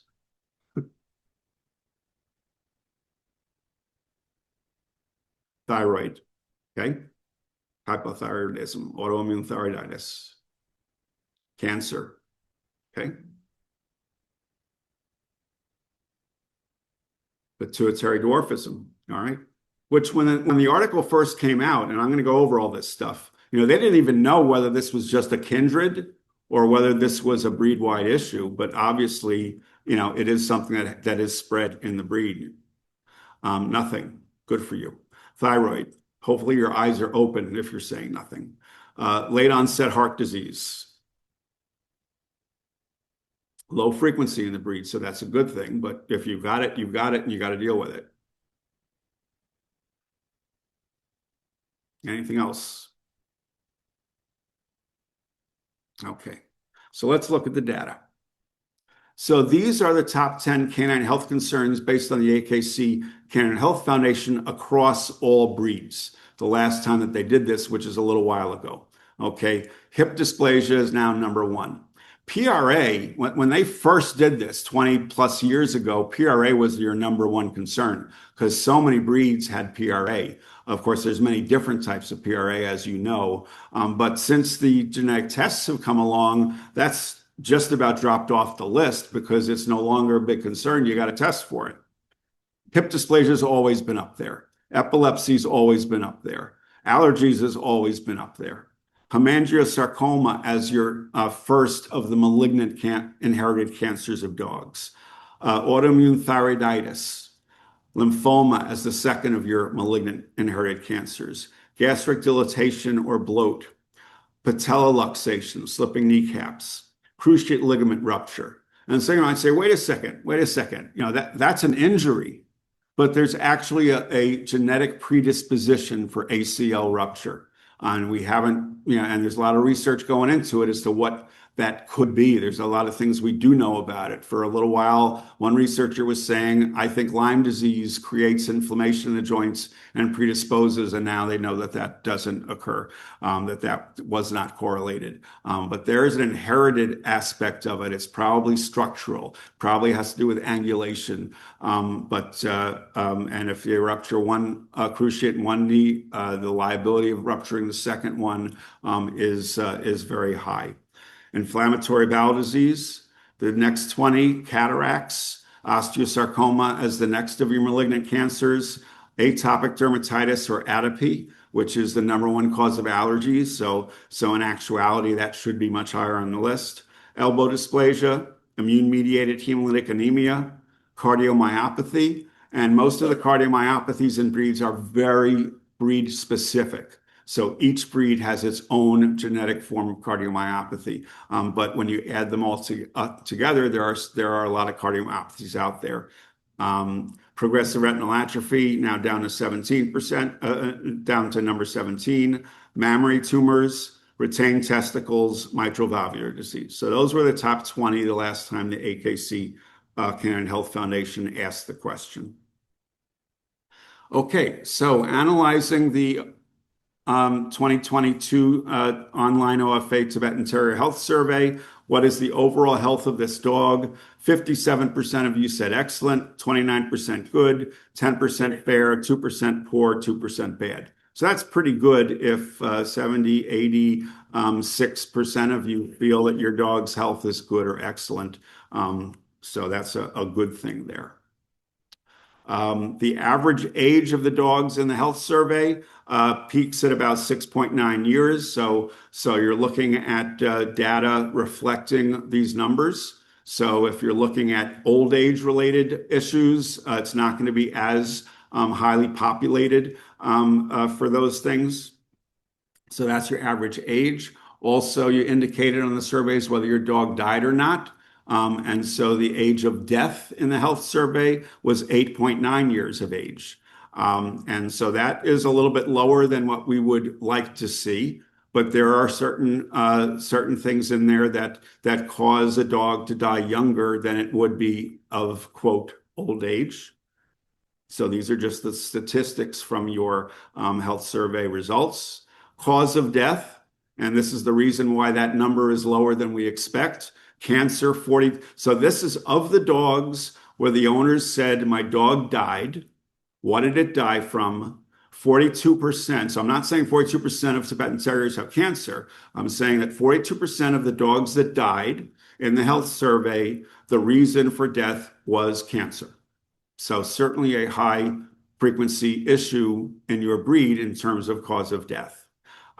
Because the rest of them, 15% to 14%, old age, natural cause, non-genetic disease, accidents, well, actually accidents is also on the list.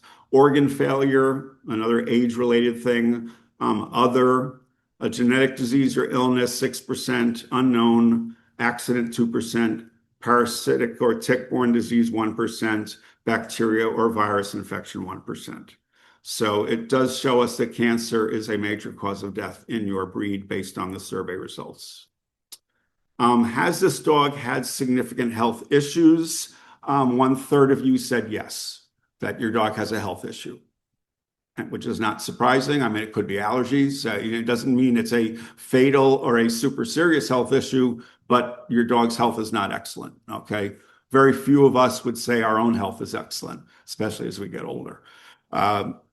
So 1/3. Has your dog been diagnosed with the following?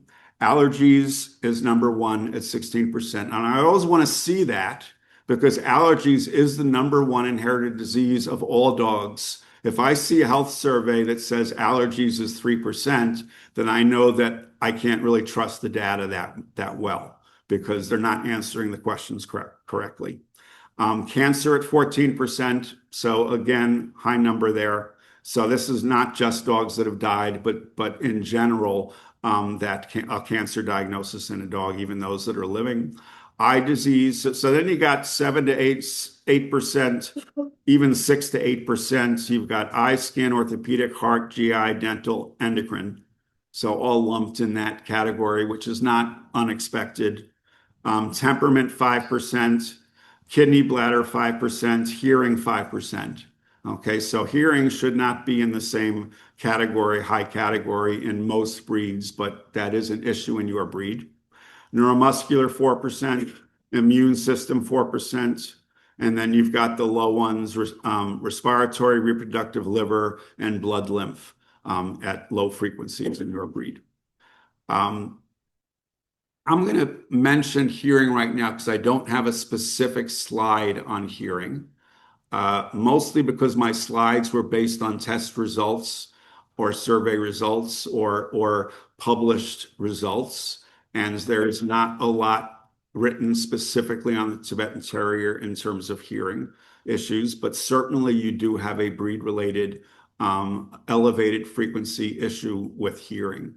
And so just the, and for any of the diseases that I'm talking about, I'm not teaching you about those diseases, okay? You need to hear that from the researchers or from other people, or you need to look it up. I'm sure you've got lots of information on your club's websites and so forth. But what you need to know about hearing is that dogs that have deafness, congenital deafness, they're born deaf.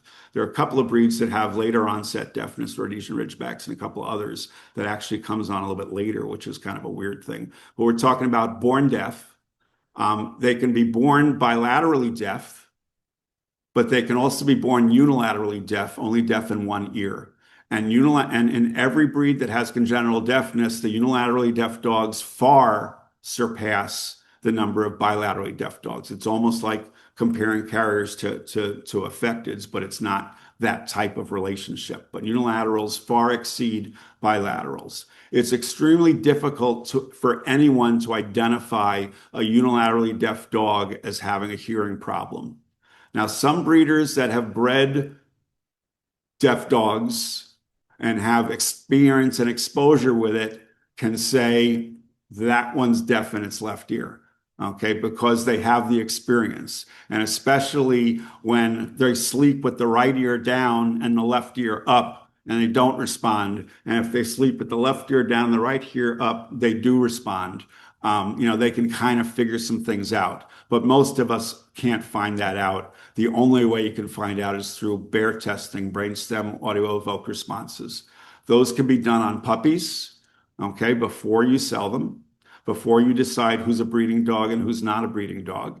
And because we have no DNA tests for hearing right now in your breed or in any breed for congenital deafness, I would not breed a dog that is unilaterally or bilaterally deaf. And these can be done on young puppies. It doesn't require the response of the puppy. The bear test can be done on awake puppies, awake dogs. They put a couple of electrodes, they put a foam earplug in their ears, and it sends clicks, and they're measuring the brain response to the click. There's a response there, they're hearing. There's no response there, they're deaf. And they can click left ear, click right ear, unilaterally deaf, left or right. So it's something that it is one of your chick requirements. You should be doing it. Okay, it's complexly inherited. There's more than one gene. We haven't identified any of the genes associated with it. All right. Tibetan Terrier OFA Online Health Survey. So any kind of survey has its biases, just like any pedigree database has its biases. All right. So I don't want you to think that these are the actual percentages of disease in your breed.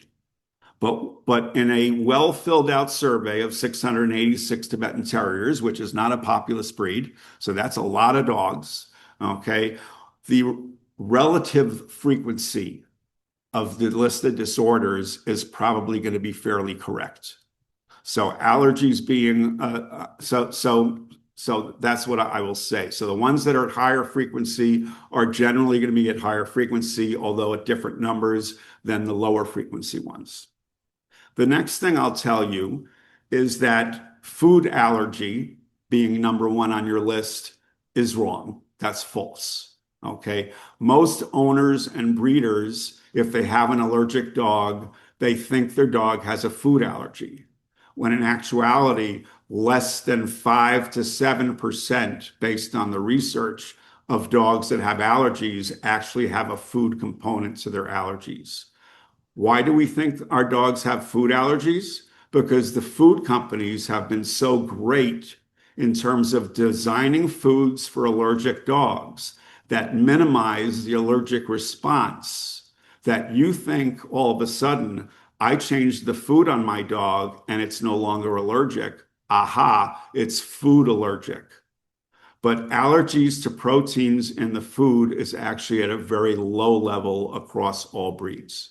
So it is most likely they have atopic or inhalant allergy disease, which is also high on your list here, and should be high on every breed's list, and higher in some breeds where the breed actually has much higher than average amounts of allergies, which we're dealing with right now in the French Bulldogs, which we've dealt with for years in the West Highland White Terriers. There's certain breeds that have their signature diseases that are higher, that are common across all breeds, but higher because they've concentrated some genes unintentionally.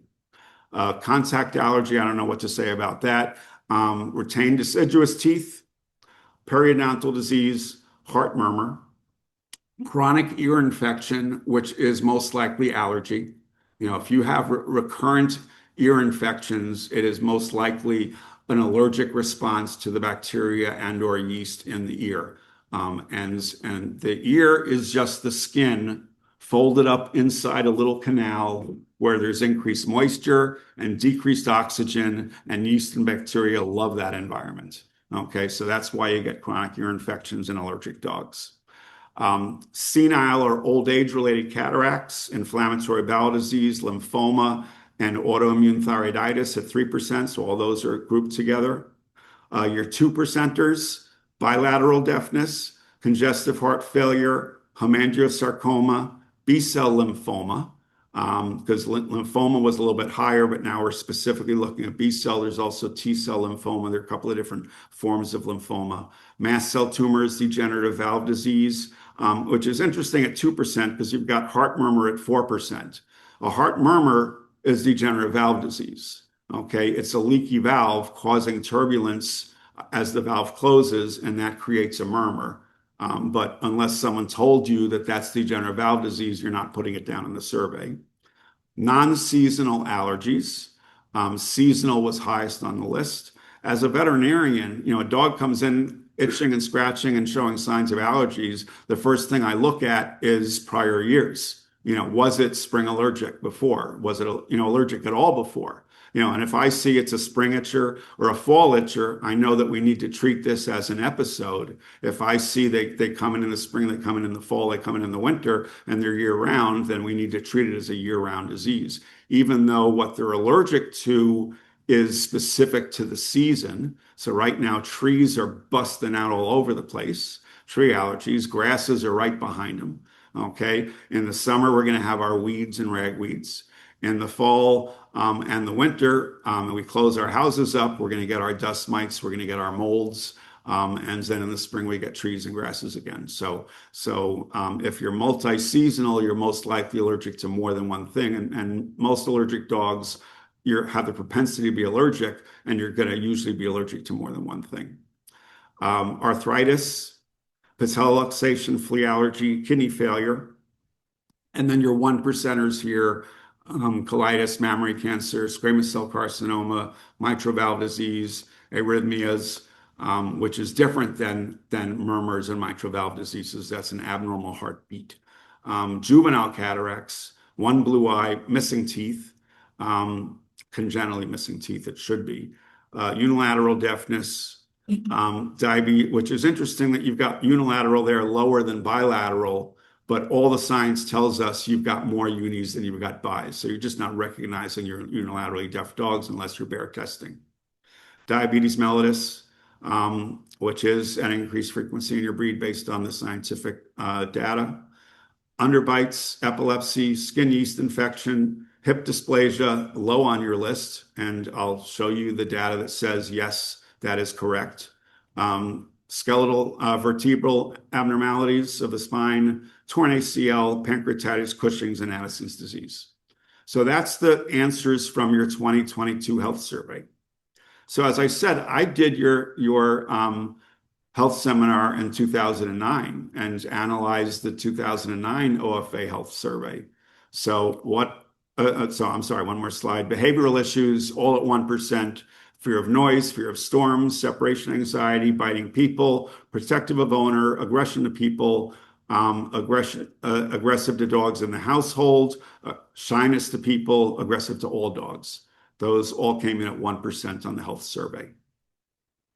Okay, so looking at the differences between this survey and the 2009 survey that I analyzed 17 years ago, what are the changes? Well, food allergy went up 5%. And as I said, that's a misnomer. All the good foods that alleviated a lot of allergic symptoms came out in that interim. And so now you're thinking that it's a food allergy when it's just allergies.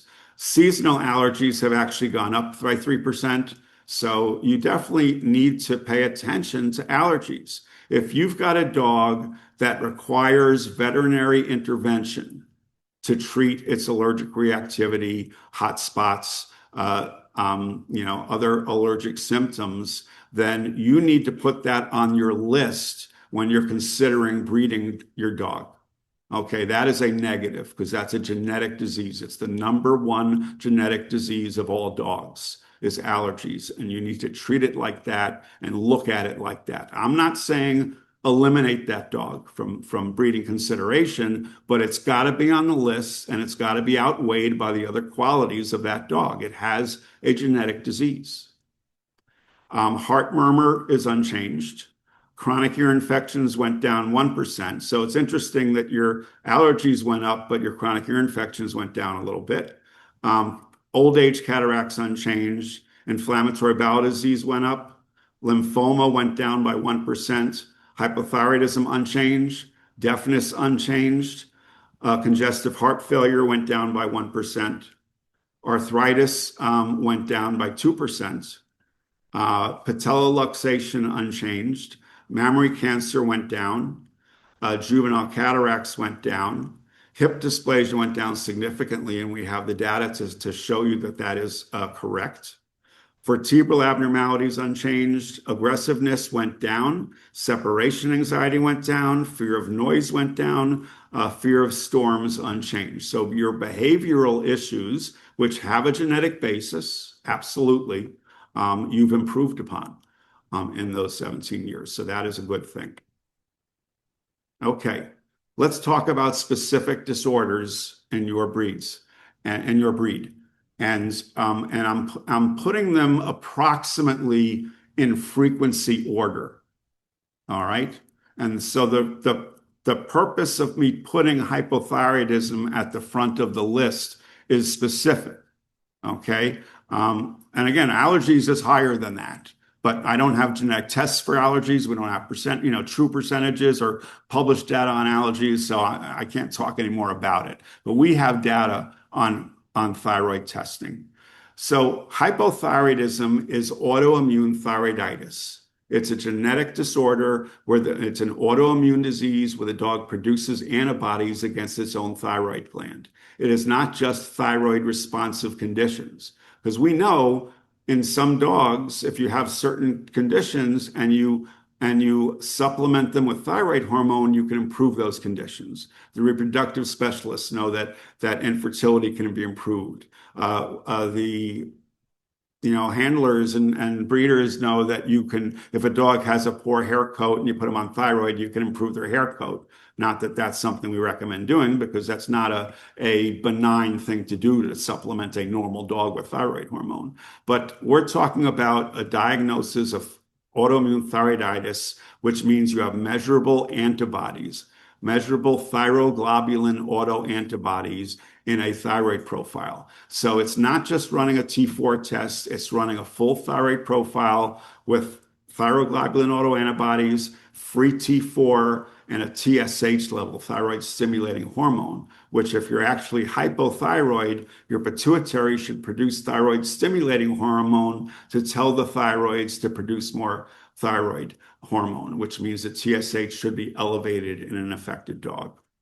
17.7% of Tibetan Terriers tested by Michigan State, which is one of the gold standard places for doing thyroid profiles, are positive for thyroid autoantibodies. The average across all breeds is 7.5%.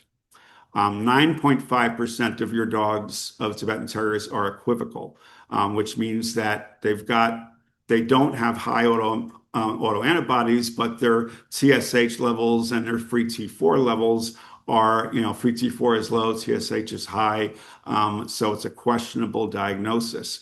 But the people that are looking and evaluating these things have to look at this disease as a moving picture. A thyroid profile is a snapshot of disease. You need to look at the moving picture. So you need to do multiple thyroid profiles during those key ages. So anywhere from 2 to 4 years of age, affected dogs are going to produce thyroglobulin autoantibodies. Once the antibodies destroy the thyroid gland, the stimulus to produce the antibodies is the thyroid tissue. If the thyroid tissue is gone, the antibodies go away. It's no longer responding to anything. And what are you left with? You're left with end-stage hypothyroidism.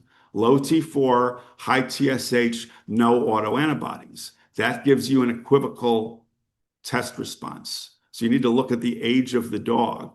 And they'll say that this is, what's the term they use for it? The idiopathic or undetermined cause. We know what the cause is. It's a later age autoimmune thyroiditis. There are some breeds where those autoantibodies start at 1 year of age. Rhodesian Ridgebacks have an earlier onset. And so their thyroid glands could be gone by the time they're 3. All right. So we need to understand that if your dog is hypothyroid, it's got autoimmune thyroiditis. OFA stats, 11.8% affected, 15.3% equivocal. So any lab you look at is going to have different combinations of numbers. There was an article based on the Vet Compass data in the UK from 2022 that showed that Tibetan Terriers, the odds ratio of having autoimmune thyroiditis is 11.25. So the average dog, the odds ratio should be 1. What are the chances of having hypothyroidism? 1 to 1. Okay, you've got an 11.25 times greater chance as a breed of developing hypothyroidism than the average dog. This is a disease we need to be screening for and selecting against in your breed. Is it a fatal disease? No. Is it completely controllable with cheap medicine? Yes.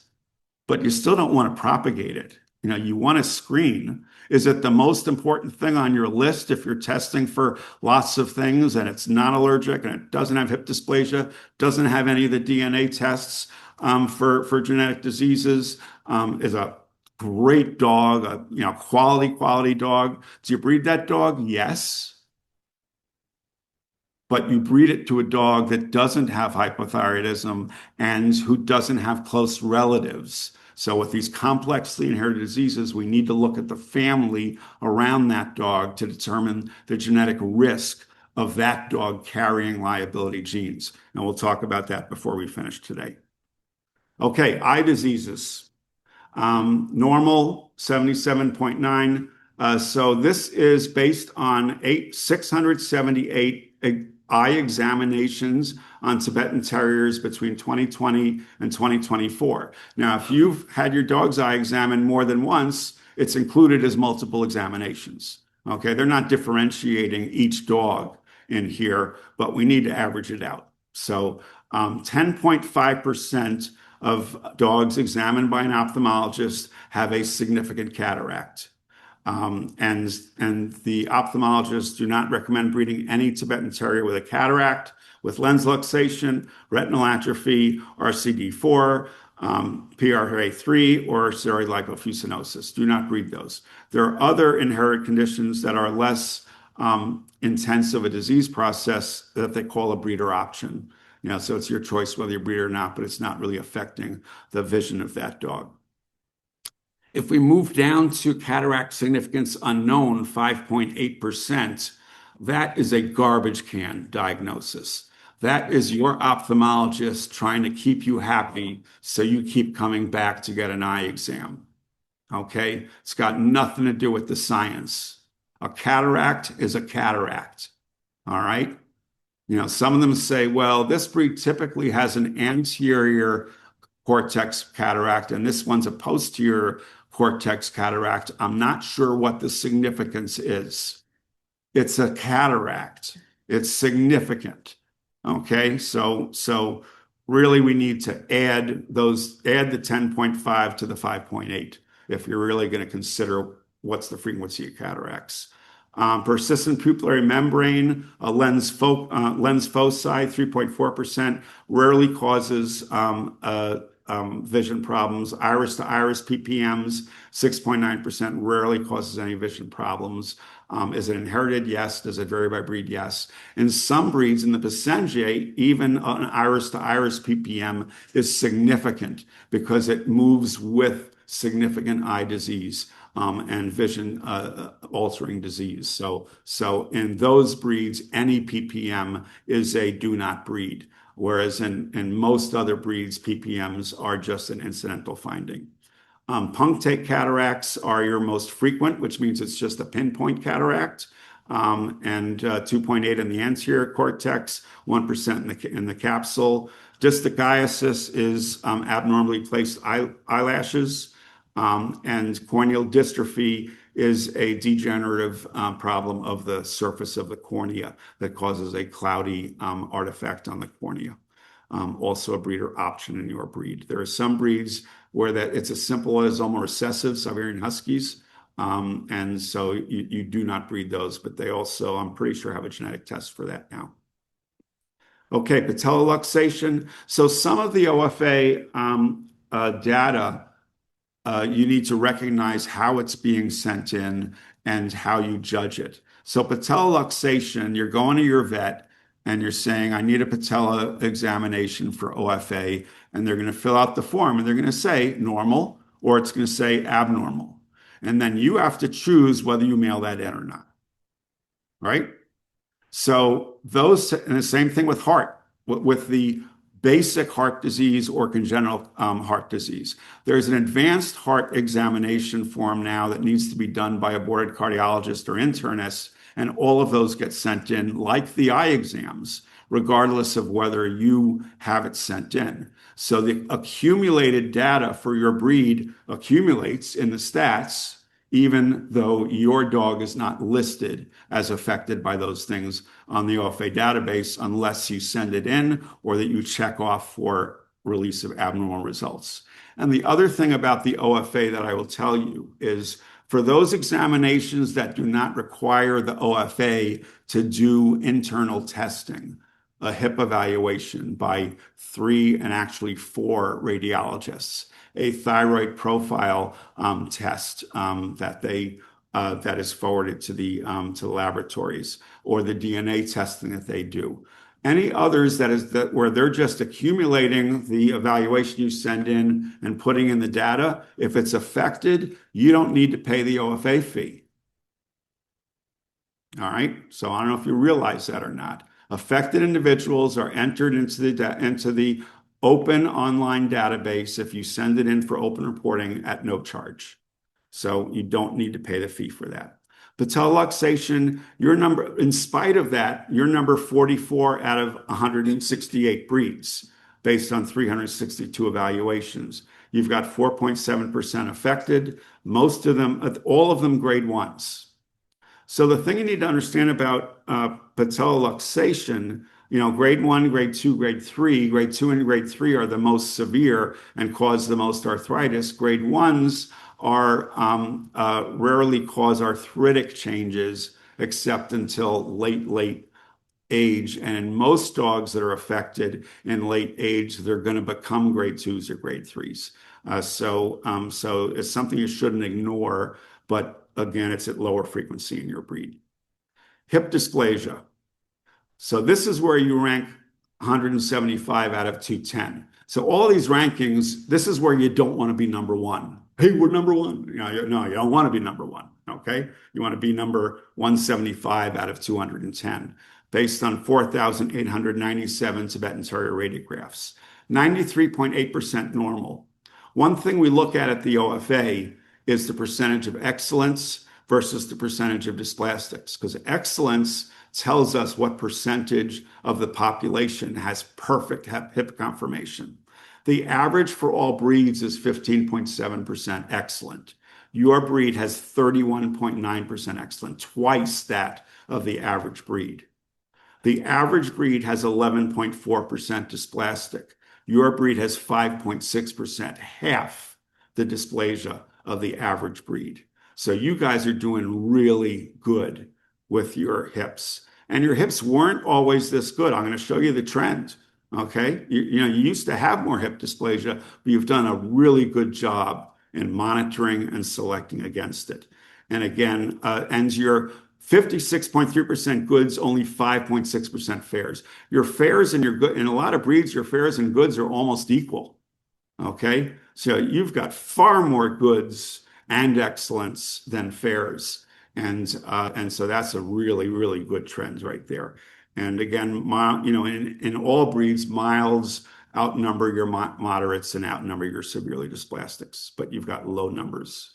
Your trends, only going back to these are 5-year periods that OFA tracks for you.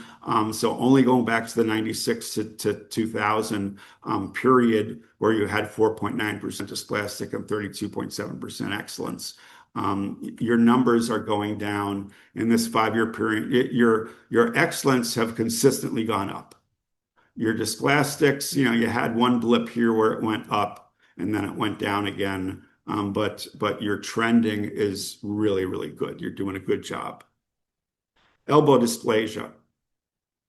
Elbow statistics, you're number 88 out of 164, so you're really smack dab in the middle. 317 evaluations. Again, this is one where you're getting a radiograph from your vet and deciding whether to send it in, although most veterinarians cannot read a grade 1. A radiologist has to pick up the changes in a grade 1. It's not an obvious change. Grade 2s and grade 3s, it's much easier because the osteoarthritic changes around it, the dysplasia is the abnormal formation. The changes around it are the osteoarthritic changes, and it's much easier to see osteoarthritis than to see the fine changes of poor formation. But you're still sending them in, 4.7% affected, kind of middle of the road there.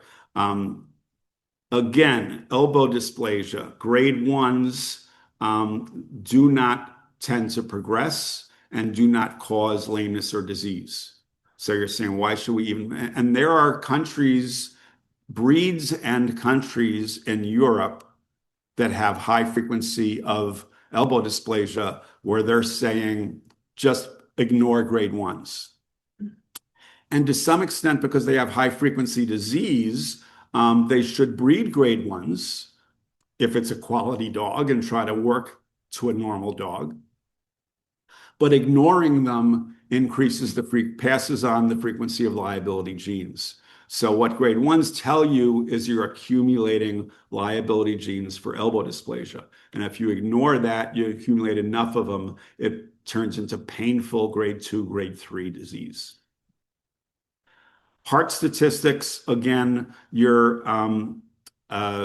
most people don't send in a abnormal heart examination result, but you guys still, one dog was sent in, and because you only have 136 evaluations, it popped you up to 29 out of 111.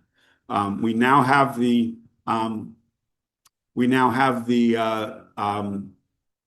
advanced cardiac exams where all results, just like an eye exam, are reported to OFA, although your individual dog's exam results won't go in unless you send in the form and pay the nominal fee for that.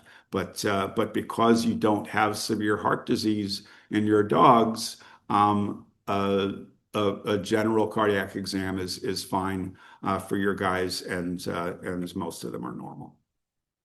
So specific diseases, diabetes mellitus.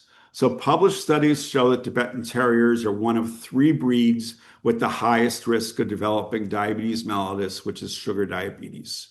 In your breed, it is not associated with a known immune complex, which is MHC or major histocompatibility complex liability genes that have been identified in a couple of other breeds.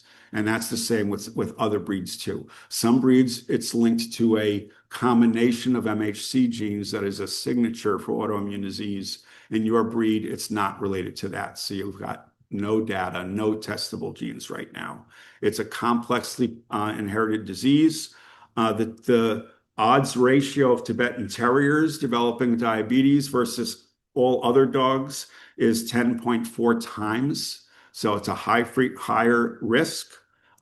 This data is from 2013, published in the Vet Journal. So it's mostly European dogs that are included in that, but certainly something that if it comes up, you need to pay attention to it. It wasn't just a sporadic disease that doesn't need to be considered with breeding decisions. NCL, okay. Dr. Martin Katz and Dr. Johnson, worked with you on that. So it's a mutation in the ATP13A2 gene. I list the genes up there, not it means anything to you. It's NCL of Tibetan Terriers. Slowly progressive disorder beginning with retinal degeneration and night blindness, usually from 3 to 6 years of age. Affected dogs progress to cerebellar ataxia, which is incoordination, and dementia. loss of milestones, loss of house training, loss of, things that your dog knew before, and now all of a sudden they don't know it anymore, those types of things. So the University of Missouri Canine Genetics Lab OFA results, 2,959 dogs tested have a very high frequency, carrier frequency of 25.8%. But we need to understand that includes all of Dr. Johnson's result DNA samples from families of affected dogs that were used to find this defective gene. So those numbers are high when you're averaging out all of those almost 3,000 samples, with 3.4% affected.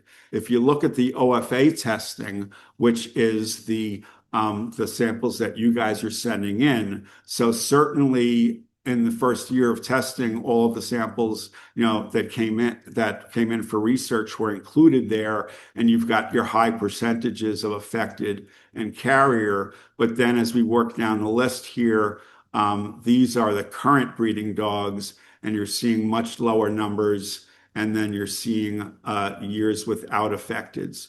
OFA testing shows that in 2023, there was one affected dog, but otherwise we go back to 2021 before there was another affected. And I know I compared results with Liz Hansen from the Missouri lab, and in some of these, the Missouri lab numbers, which were Dr. Johnson's results versus the OFA numbers, which is what you're sending in, even though it's all being run at the same lab, the way they're being compiled is a little different. And so, so our numbers do differ a little bit, but the bottom line is you're getting control of this disease. 7 carriers last year came in. I'm not sure what that was about, but certainly your carrier frequencies have been diminishing, and we've seen a lot less, and we shouldn't see any affected dogs anymore because we have a carrier test that's been around for 16 years now. Primary lens luxation in the Tibetan Terrier is the ADAM TS17. This was identified by Dr. Johnson as well as Dr. Catherine Mellish at the Animal Health Trust, and they worked together on this one. So it's a mutation that if a dog has 2 copies of it, it's at high risk of developing lens luxation between 4 to 8 years of age. 10% of homozygous dogs will not develop lens luxation by 8 years of age. Some of them may at a later age, some of them may never develop it. So there is some variable expression in this, but most of them will, 90% of them if you have 2 copies. If you have 1 copy, so what we think as a carrier for other diseases, for simple autosomal recessive disease, we need to look at this as risk factors or liability gene. So 1 copy have a 5 to 10% chance of developing lens luxation between 4 to 8 years of age. So a low liability, but still can develop a very painful and often blinding condition in that affected eye or both affected eyes if it occurs in both eyes. So you still want to select against this gene, and we have a testable gene. So again, because Dr. Johnson did all the research, he's got over 3,400 Tibetan Terrier samples that he worked with, 6.1% homozygous, 12% heterozygous. If we look at Embark and Mars Wisdom Panel, which are commercial genetic testing companies, the 2 largest commercial genetic testing companies in the world, Embark will not list the number of dogs except to say less than 500, which we always know for Tibetan Terriers it's going to be less than 500. But they want to think that they've tested, you look at that or someone else looks at it and says, oh, they've tested 500 Tibetan Terriers. They may have only tested, well, Mars has only tested 227 because you have a low population. But the homozygous frequency is 0.4% for both of them, and your heterozygous frequency of 1 copy, 12% and 10.1, similar to Dr. Johnson's numbers and or Liz's numbers too, and at the Canine Genetics Lab at the University of Missouri. And so that's probably a pretty accurate frequency of the gene. And Liz Hansen will give you the actual gene frequency that compiles those numbers together to when she does her presentation to talk about which genes are at higher frequency in the breed versus others. Okay, in a second. Yeah. So progressive retinal atrophy, RCD4 in the Tibetan Terrier. This was also research done by both Dr. Johnson and Dr. Catherine Mellish. And actually, this defective gene was first identified in Gordon setters, because I worked with these guys as well, because it's my breed, and Irish setters as well. Although this is not the most frequent PRA that we originally saw in Irish setters, they also have an early onset PRA. So it's not unusual for a breed to have multiple PRA genes. It's a late onset disease, usually 10 years of age or older, although some dogs with 2 copies may never show signs of blindness during their lifetime. However, if they do an ERG on them, or if an ophthalmologist looks at their eyes, they can see the degeneration, but it's not enough to cause any clinical signs of starting with night blindness or difficulty seeing in dim light. Autosomal recessive inheritance genetic test is available. Commercial OFA testing of 546 Tibetan Terriers, 20.5% carriers, a little less than 1% affected. So is it the most important disease that you have? No, but you should still test and try to eliminate your carriers, breed your quality carrier dogs, which we'll talk about before we finish, and replace them with normal testing offspring. PRA3 is also considered it's a later onset disease because it occurs at 4 to 5 years of age versus a juvenile PRA, but it's certainly a younger age onset than the RCD4 at 10 plus years of age. Autosomal recessive genetic test is available. It's at a very low frequency in the breed. Okay, so this isn't a big problem in your breed in terms of the frequency. Again, the genetics lab, the Missouri Genetics Lab has a very high carrier and affected frequency, but again, that's a collection of research samples as well as screening samples. When you look at the commercial testing that's going on, no affected dogs, very low frequencies of carriers. So a low frequency disease in the breed based on commercial testing and not research testing that tends to collect carrier and affected dogs. Dwarfism. So this was a new one. This was published in 2021. Here's a 1-month-old affected Tibetan Terrier and a 2-month-old. So you can see it causes a proportional dwarfism, the mutation in the LHX3 gene.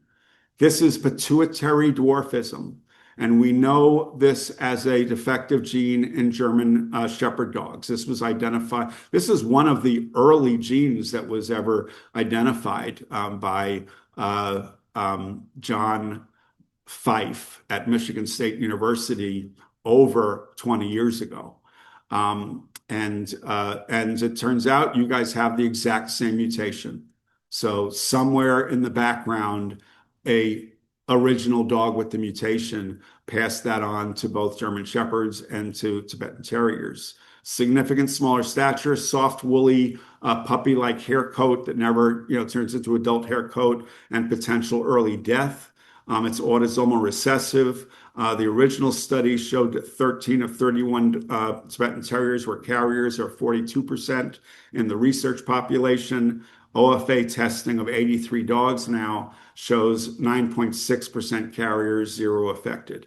So a high enough carrier frequency, this is now an optional test on your chick requirements. But to me, it's not optional. You should be testing for this.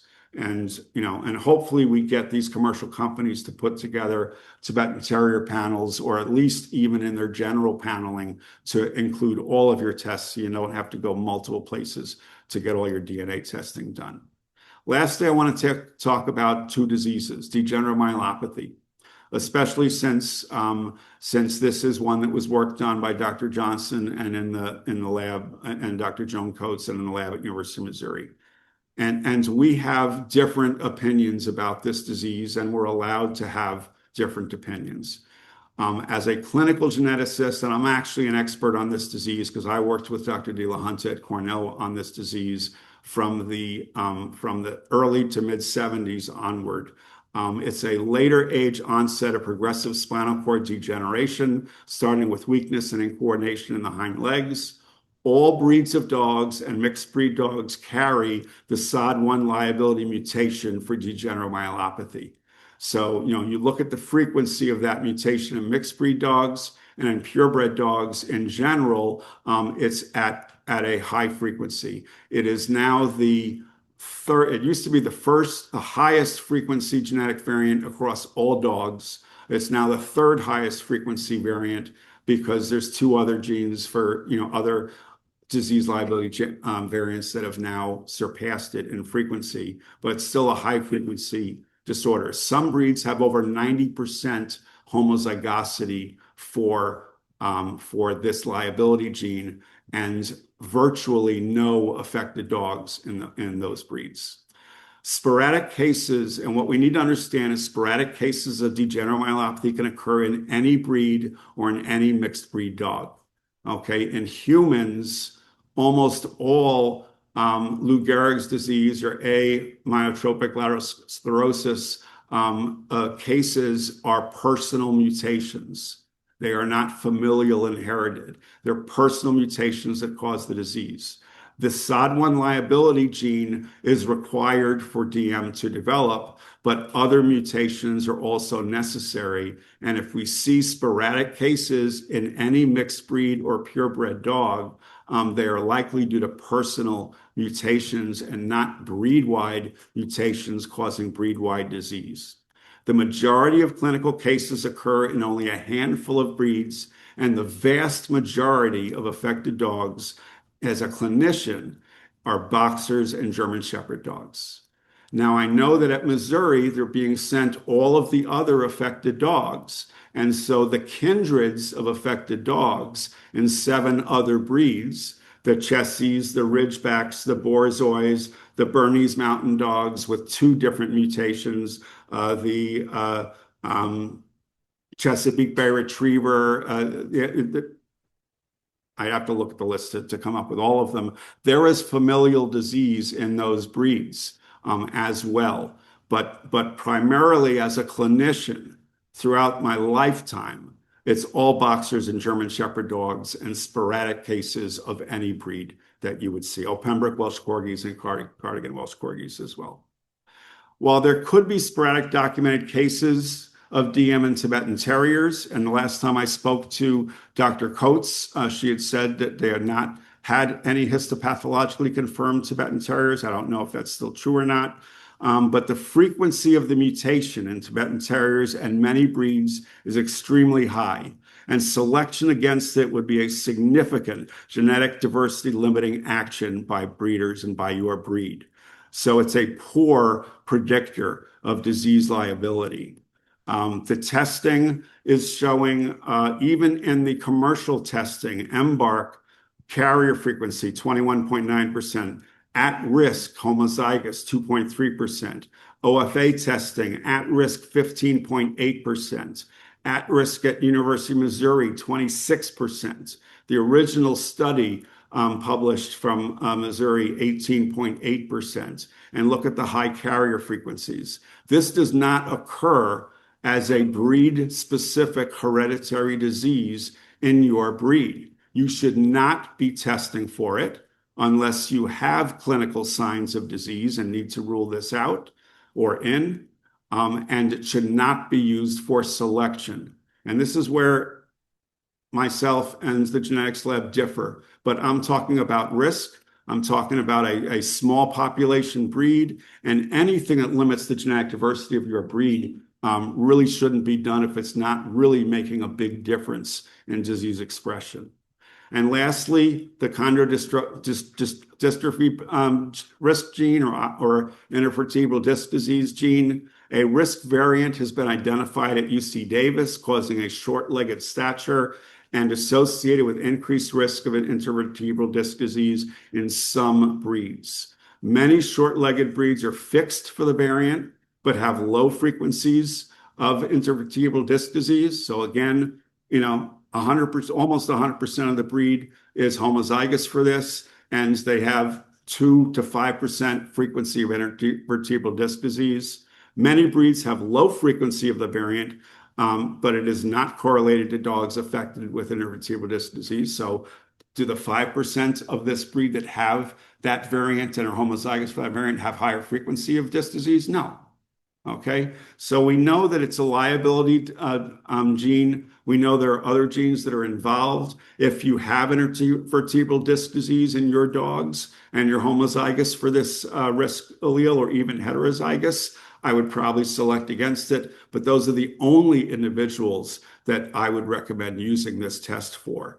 Embark has tested 25% carrier frequency in your breed and almost 4% homozygous at risk. So a select number of dogs that have liability for disc disease may benefit by selecting against this gene variant, but the rest of you should ignore it. Okay, so just because there's a genetic test that's labeled for disease doesn't mean that it applies to every single breed that carries that variant. We need to understand that there are some simple autosomal 100% expressed diseases in certain breeds where we found the defective gene. And then very much due to Dr. Johnson and the Missouri Genetics Lab, because he has such a huge repository of DNA samples, he finds that, wait a second, this gene is at high frequency in this breed. This gene is at high frequency in that breed. This gene is at high frequency in that breed. Why don't those breeds, the homozygous dogs, develop that disease? It's because they don't have the other liability genes that are necessary to cascade across that pathway. In school, you took the Krebs cycle and you took all these other chemistry pathways and clotting profile pathways. Sometimes it takes multiple hits to cause clinical disease.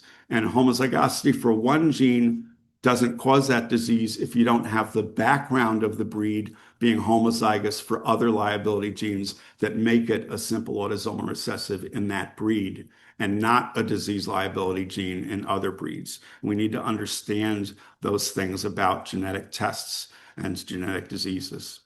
So that's the disease portion. Let's whiz through the end of this stuff.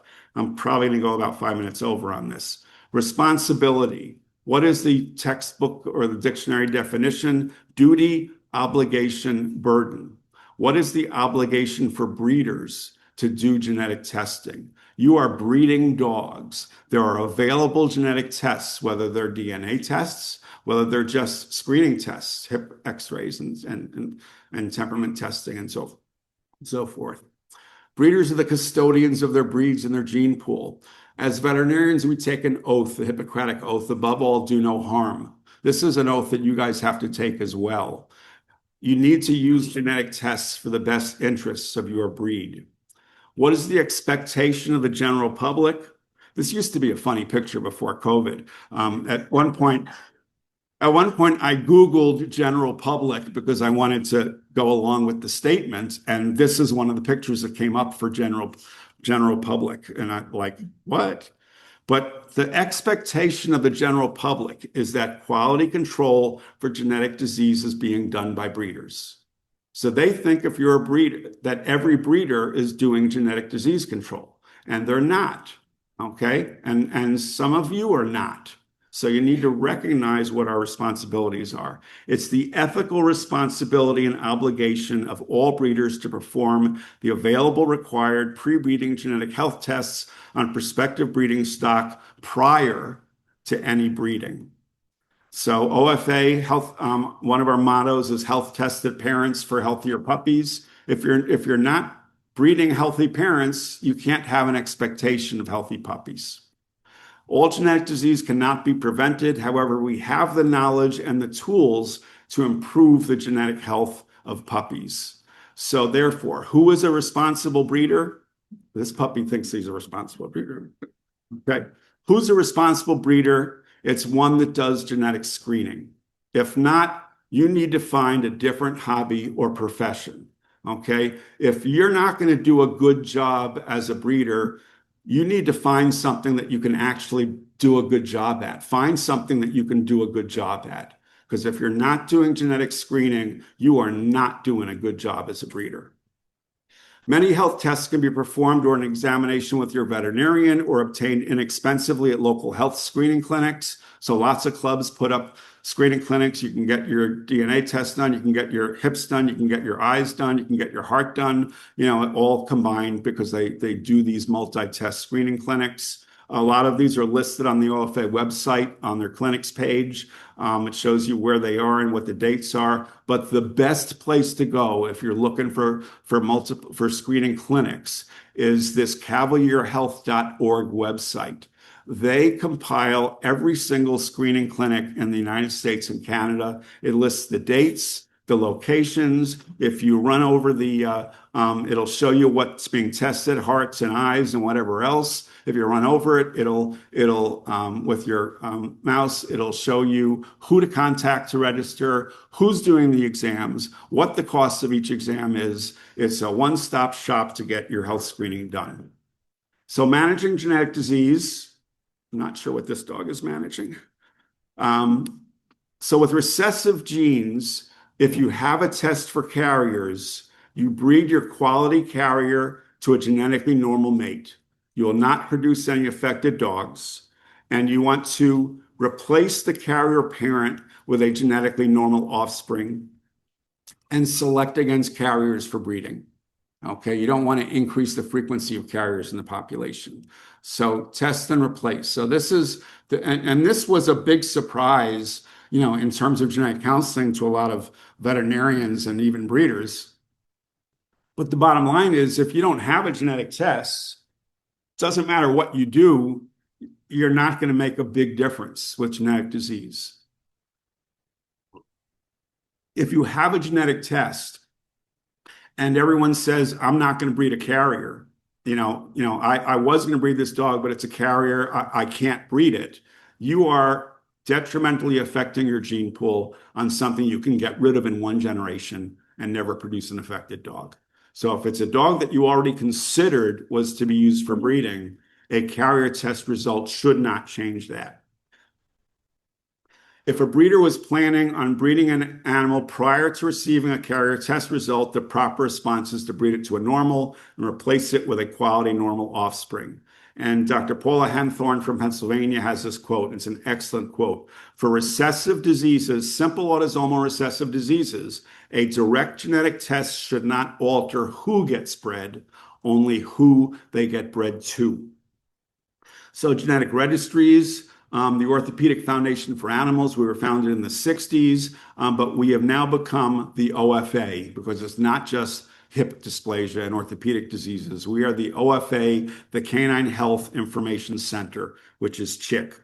The DNA repository is very important for future research. You only have 8 Tibetan Terrier DNA samples in the CHIC repository, but it doesn't really make any difference because the repository is at the University of Missouri, and Dr. Johnson's repository has almost 1,000 Tibetan Terrier samples. But you need to keep on setting in the samples of each generation, because even though you think that you found so many genes through the progress and expertise of the Missouri lab, new stuff's always going to come up. And we need genes for diabetes mellitus, and we need genes for autoimmune thyroiditis. And eventually we're going to find those, but only if you keep sending the samples in.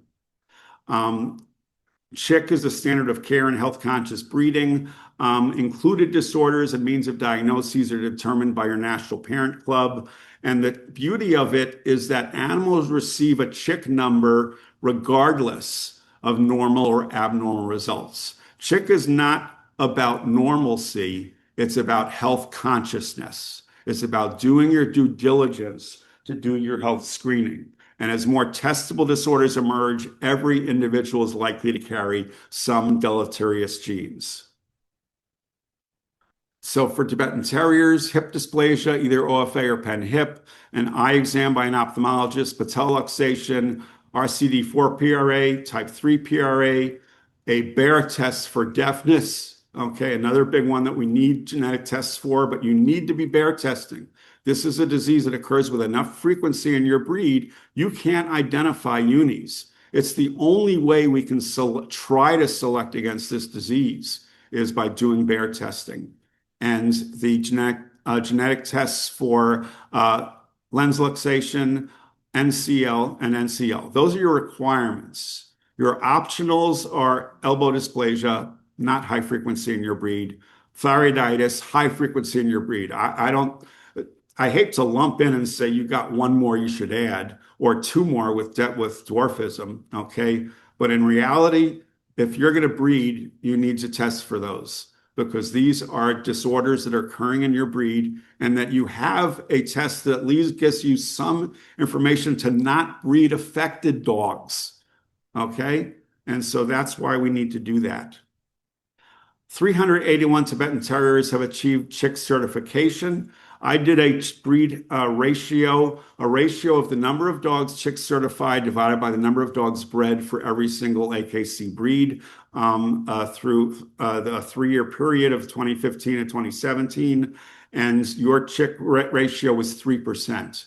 You had to divide the breeds into 3 separate groups. By population, the largest population, middle population, and the smallest, because the number of breeders that are breed club members increase as you get to a smaller population breed and versus backyard breeders and commercial breeders, and so the numbers differ between them. So you are in the middle population of breeds. The middle population of breeds, the average chick ratio is 12%. And your ratio is 3%. So you can tell me, well, there's too many tests, which is true. You've got Dr. Johnson was a very prolific researcher and other researchers that found effective genes. And you've got some low frequency but serious diseases that are on that list. And so you do have as a breed a lot of requirements.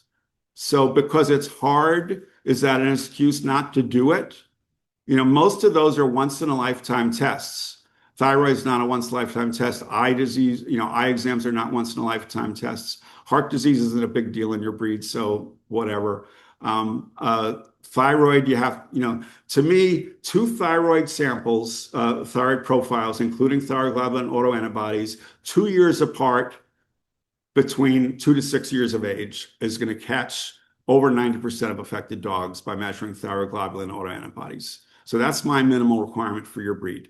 2 thyroid profiles, 2 years apart between 2 to 6 years of age. Okay. So, you've got breeds here, look at the Belgian sheepdog. Over 55% of their dogs that were bred were chick certified. Bearded collies, English setters, Kazans, Greater Swiss mountain dogs. It's a culture. It's a cultural thing. There are some breeds here. Okay, look at Lhasa Apsos, 0. Okay, Welsh Terriers, 0. So there's breed cultures about genetic testing. You do have a culture for testing. Over a third of you are doing hips and eyes, but you need to do all of them. Okay, you need to make the full commitment.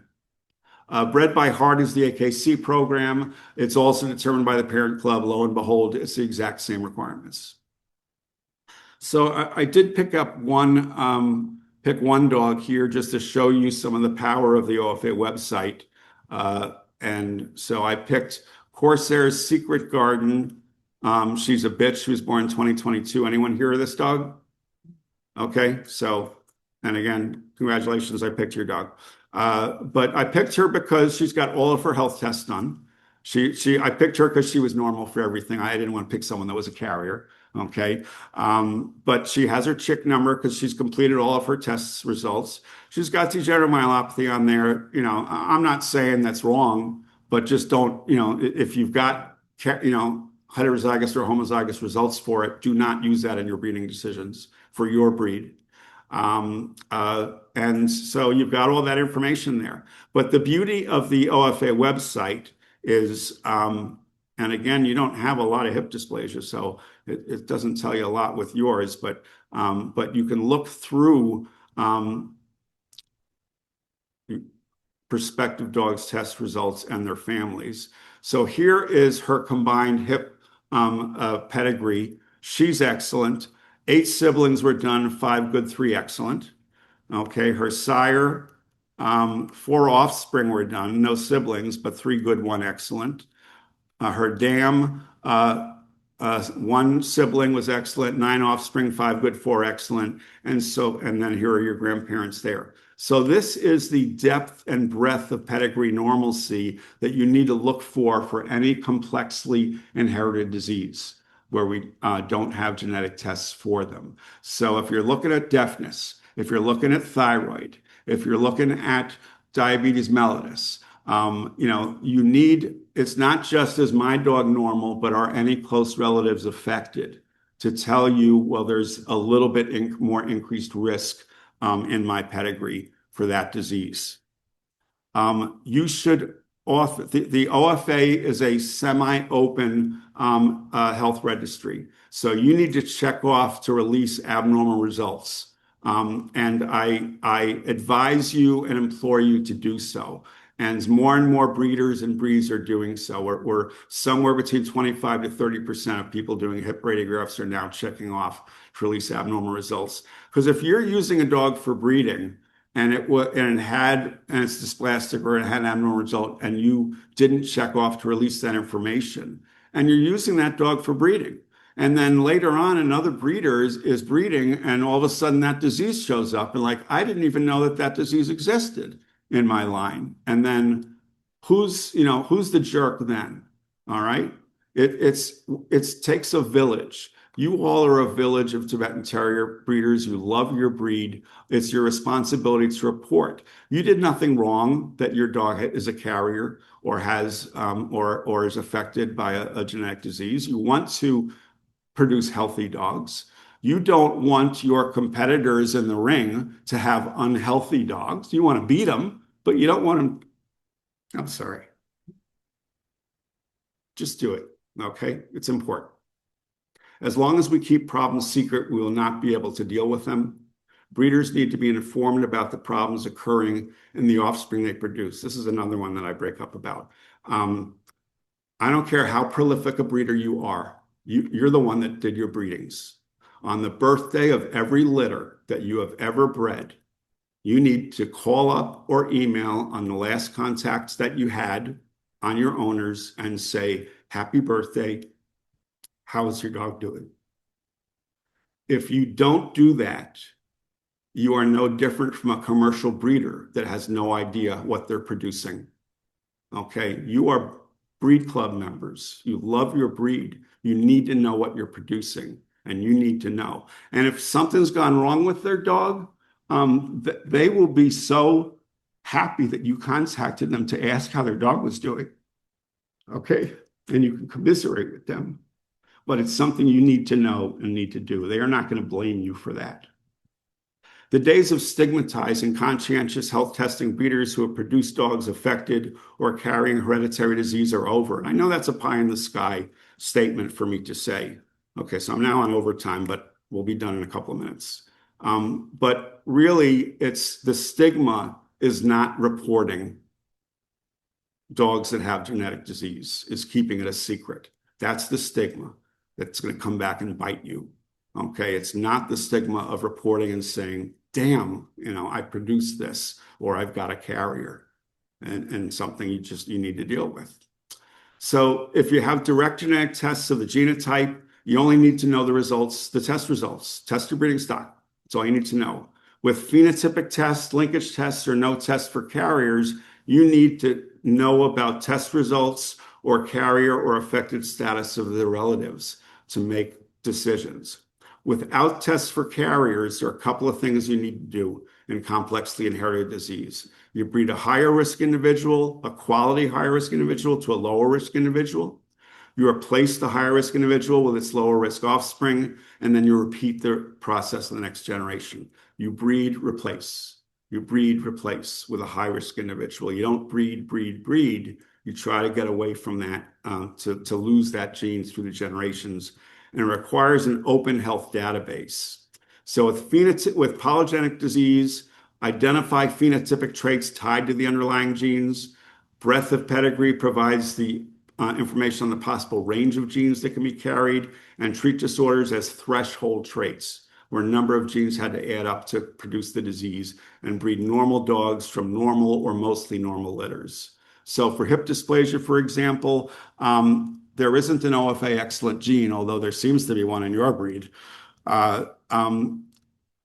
So when you look at a hip radiograph, if you got a good or even a fair in your breed, which is not a good thing, but it's a low frequency, why did it get that rating? Okay, and you can call up OFA and say it. You know, for the dysplastics, it'll say subluxation, bony remodeling. It'll give you the reasons for that label. But even for a fair, you know, they can tell you what it is. So if your issue is that, you know, you want a deep acetabulum, you want a round femoral head, and you want a round femoral head that is deep in that acetabulum. You don't want laxity. So if you have abnormalities and it's a laxity-based abnormality, then do a pen hip and objectify that laxity. So break down possible things that are controlled by genes.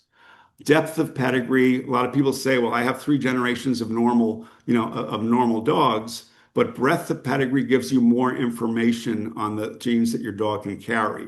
So a normal dog from a mostly normal litter, you expect to be fairly clear. But if you've got a normal dog where there's a preponderance of disease in that litter, don't say, oh, I'm lucky, I got the normal one. Okay, it's probably carrying a higher frequency of liability genes, so you need to question what you're going to produce in that next generation.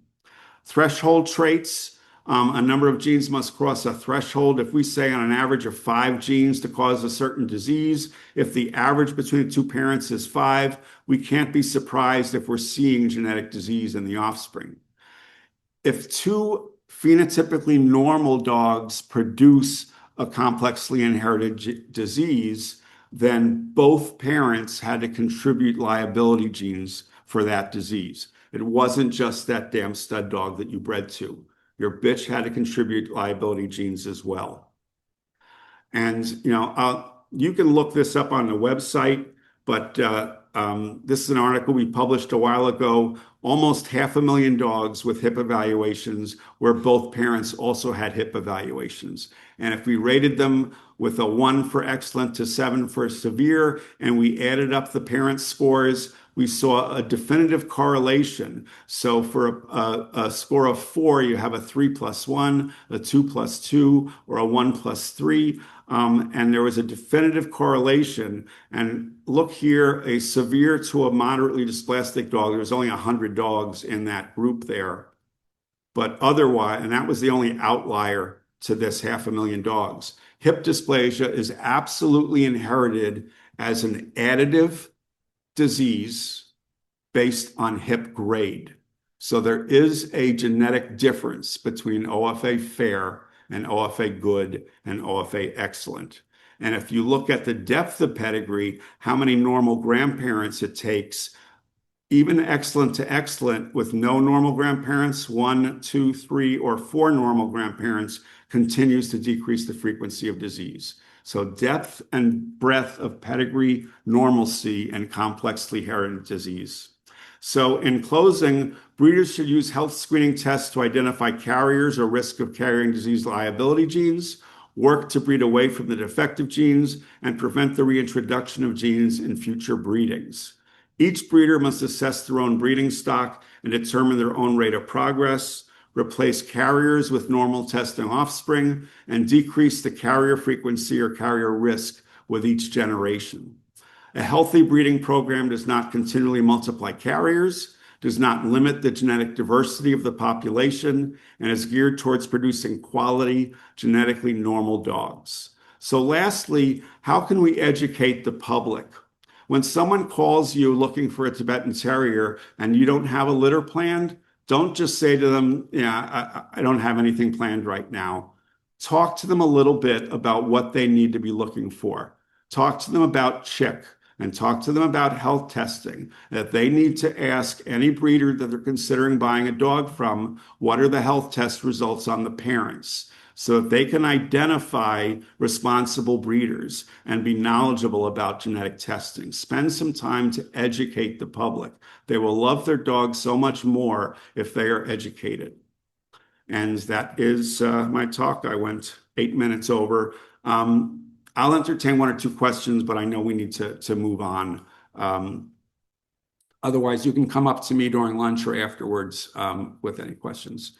Yes, one question here.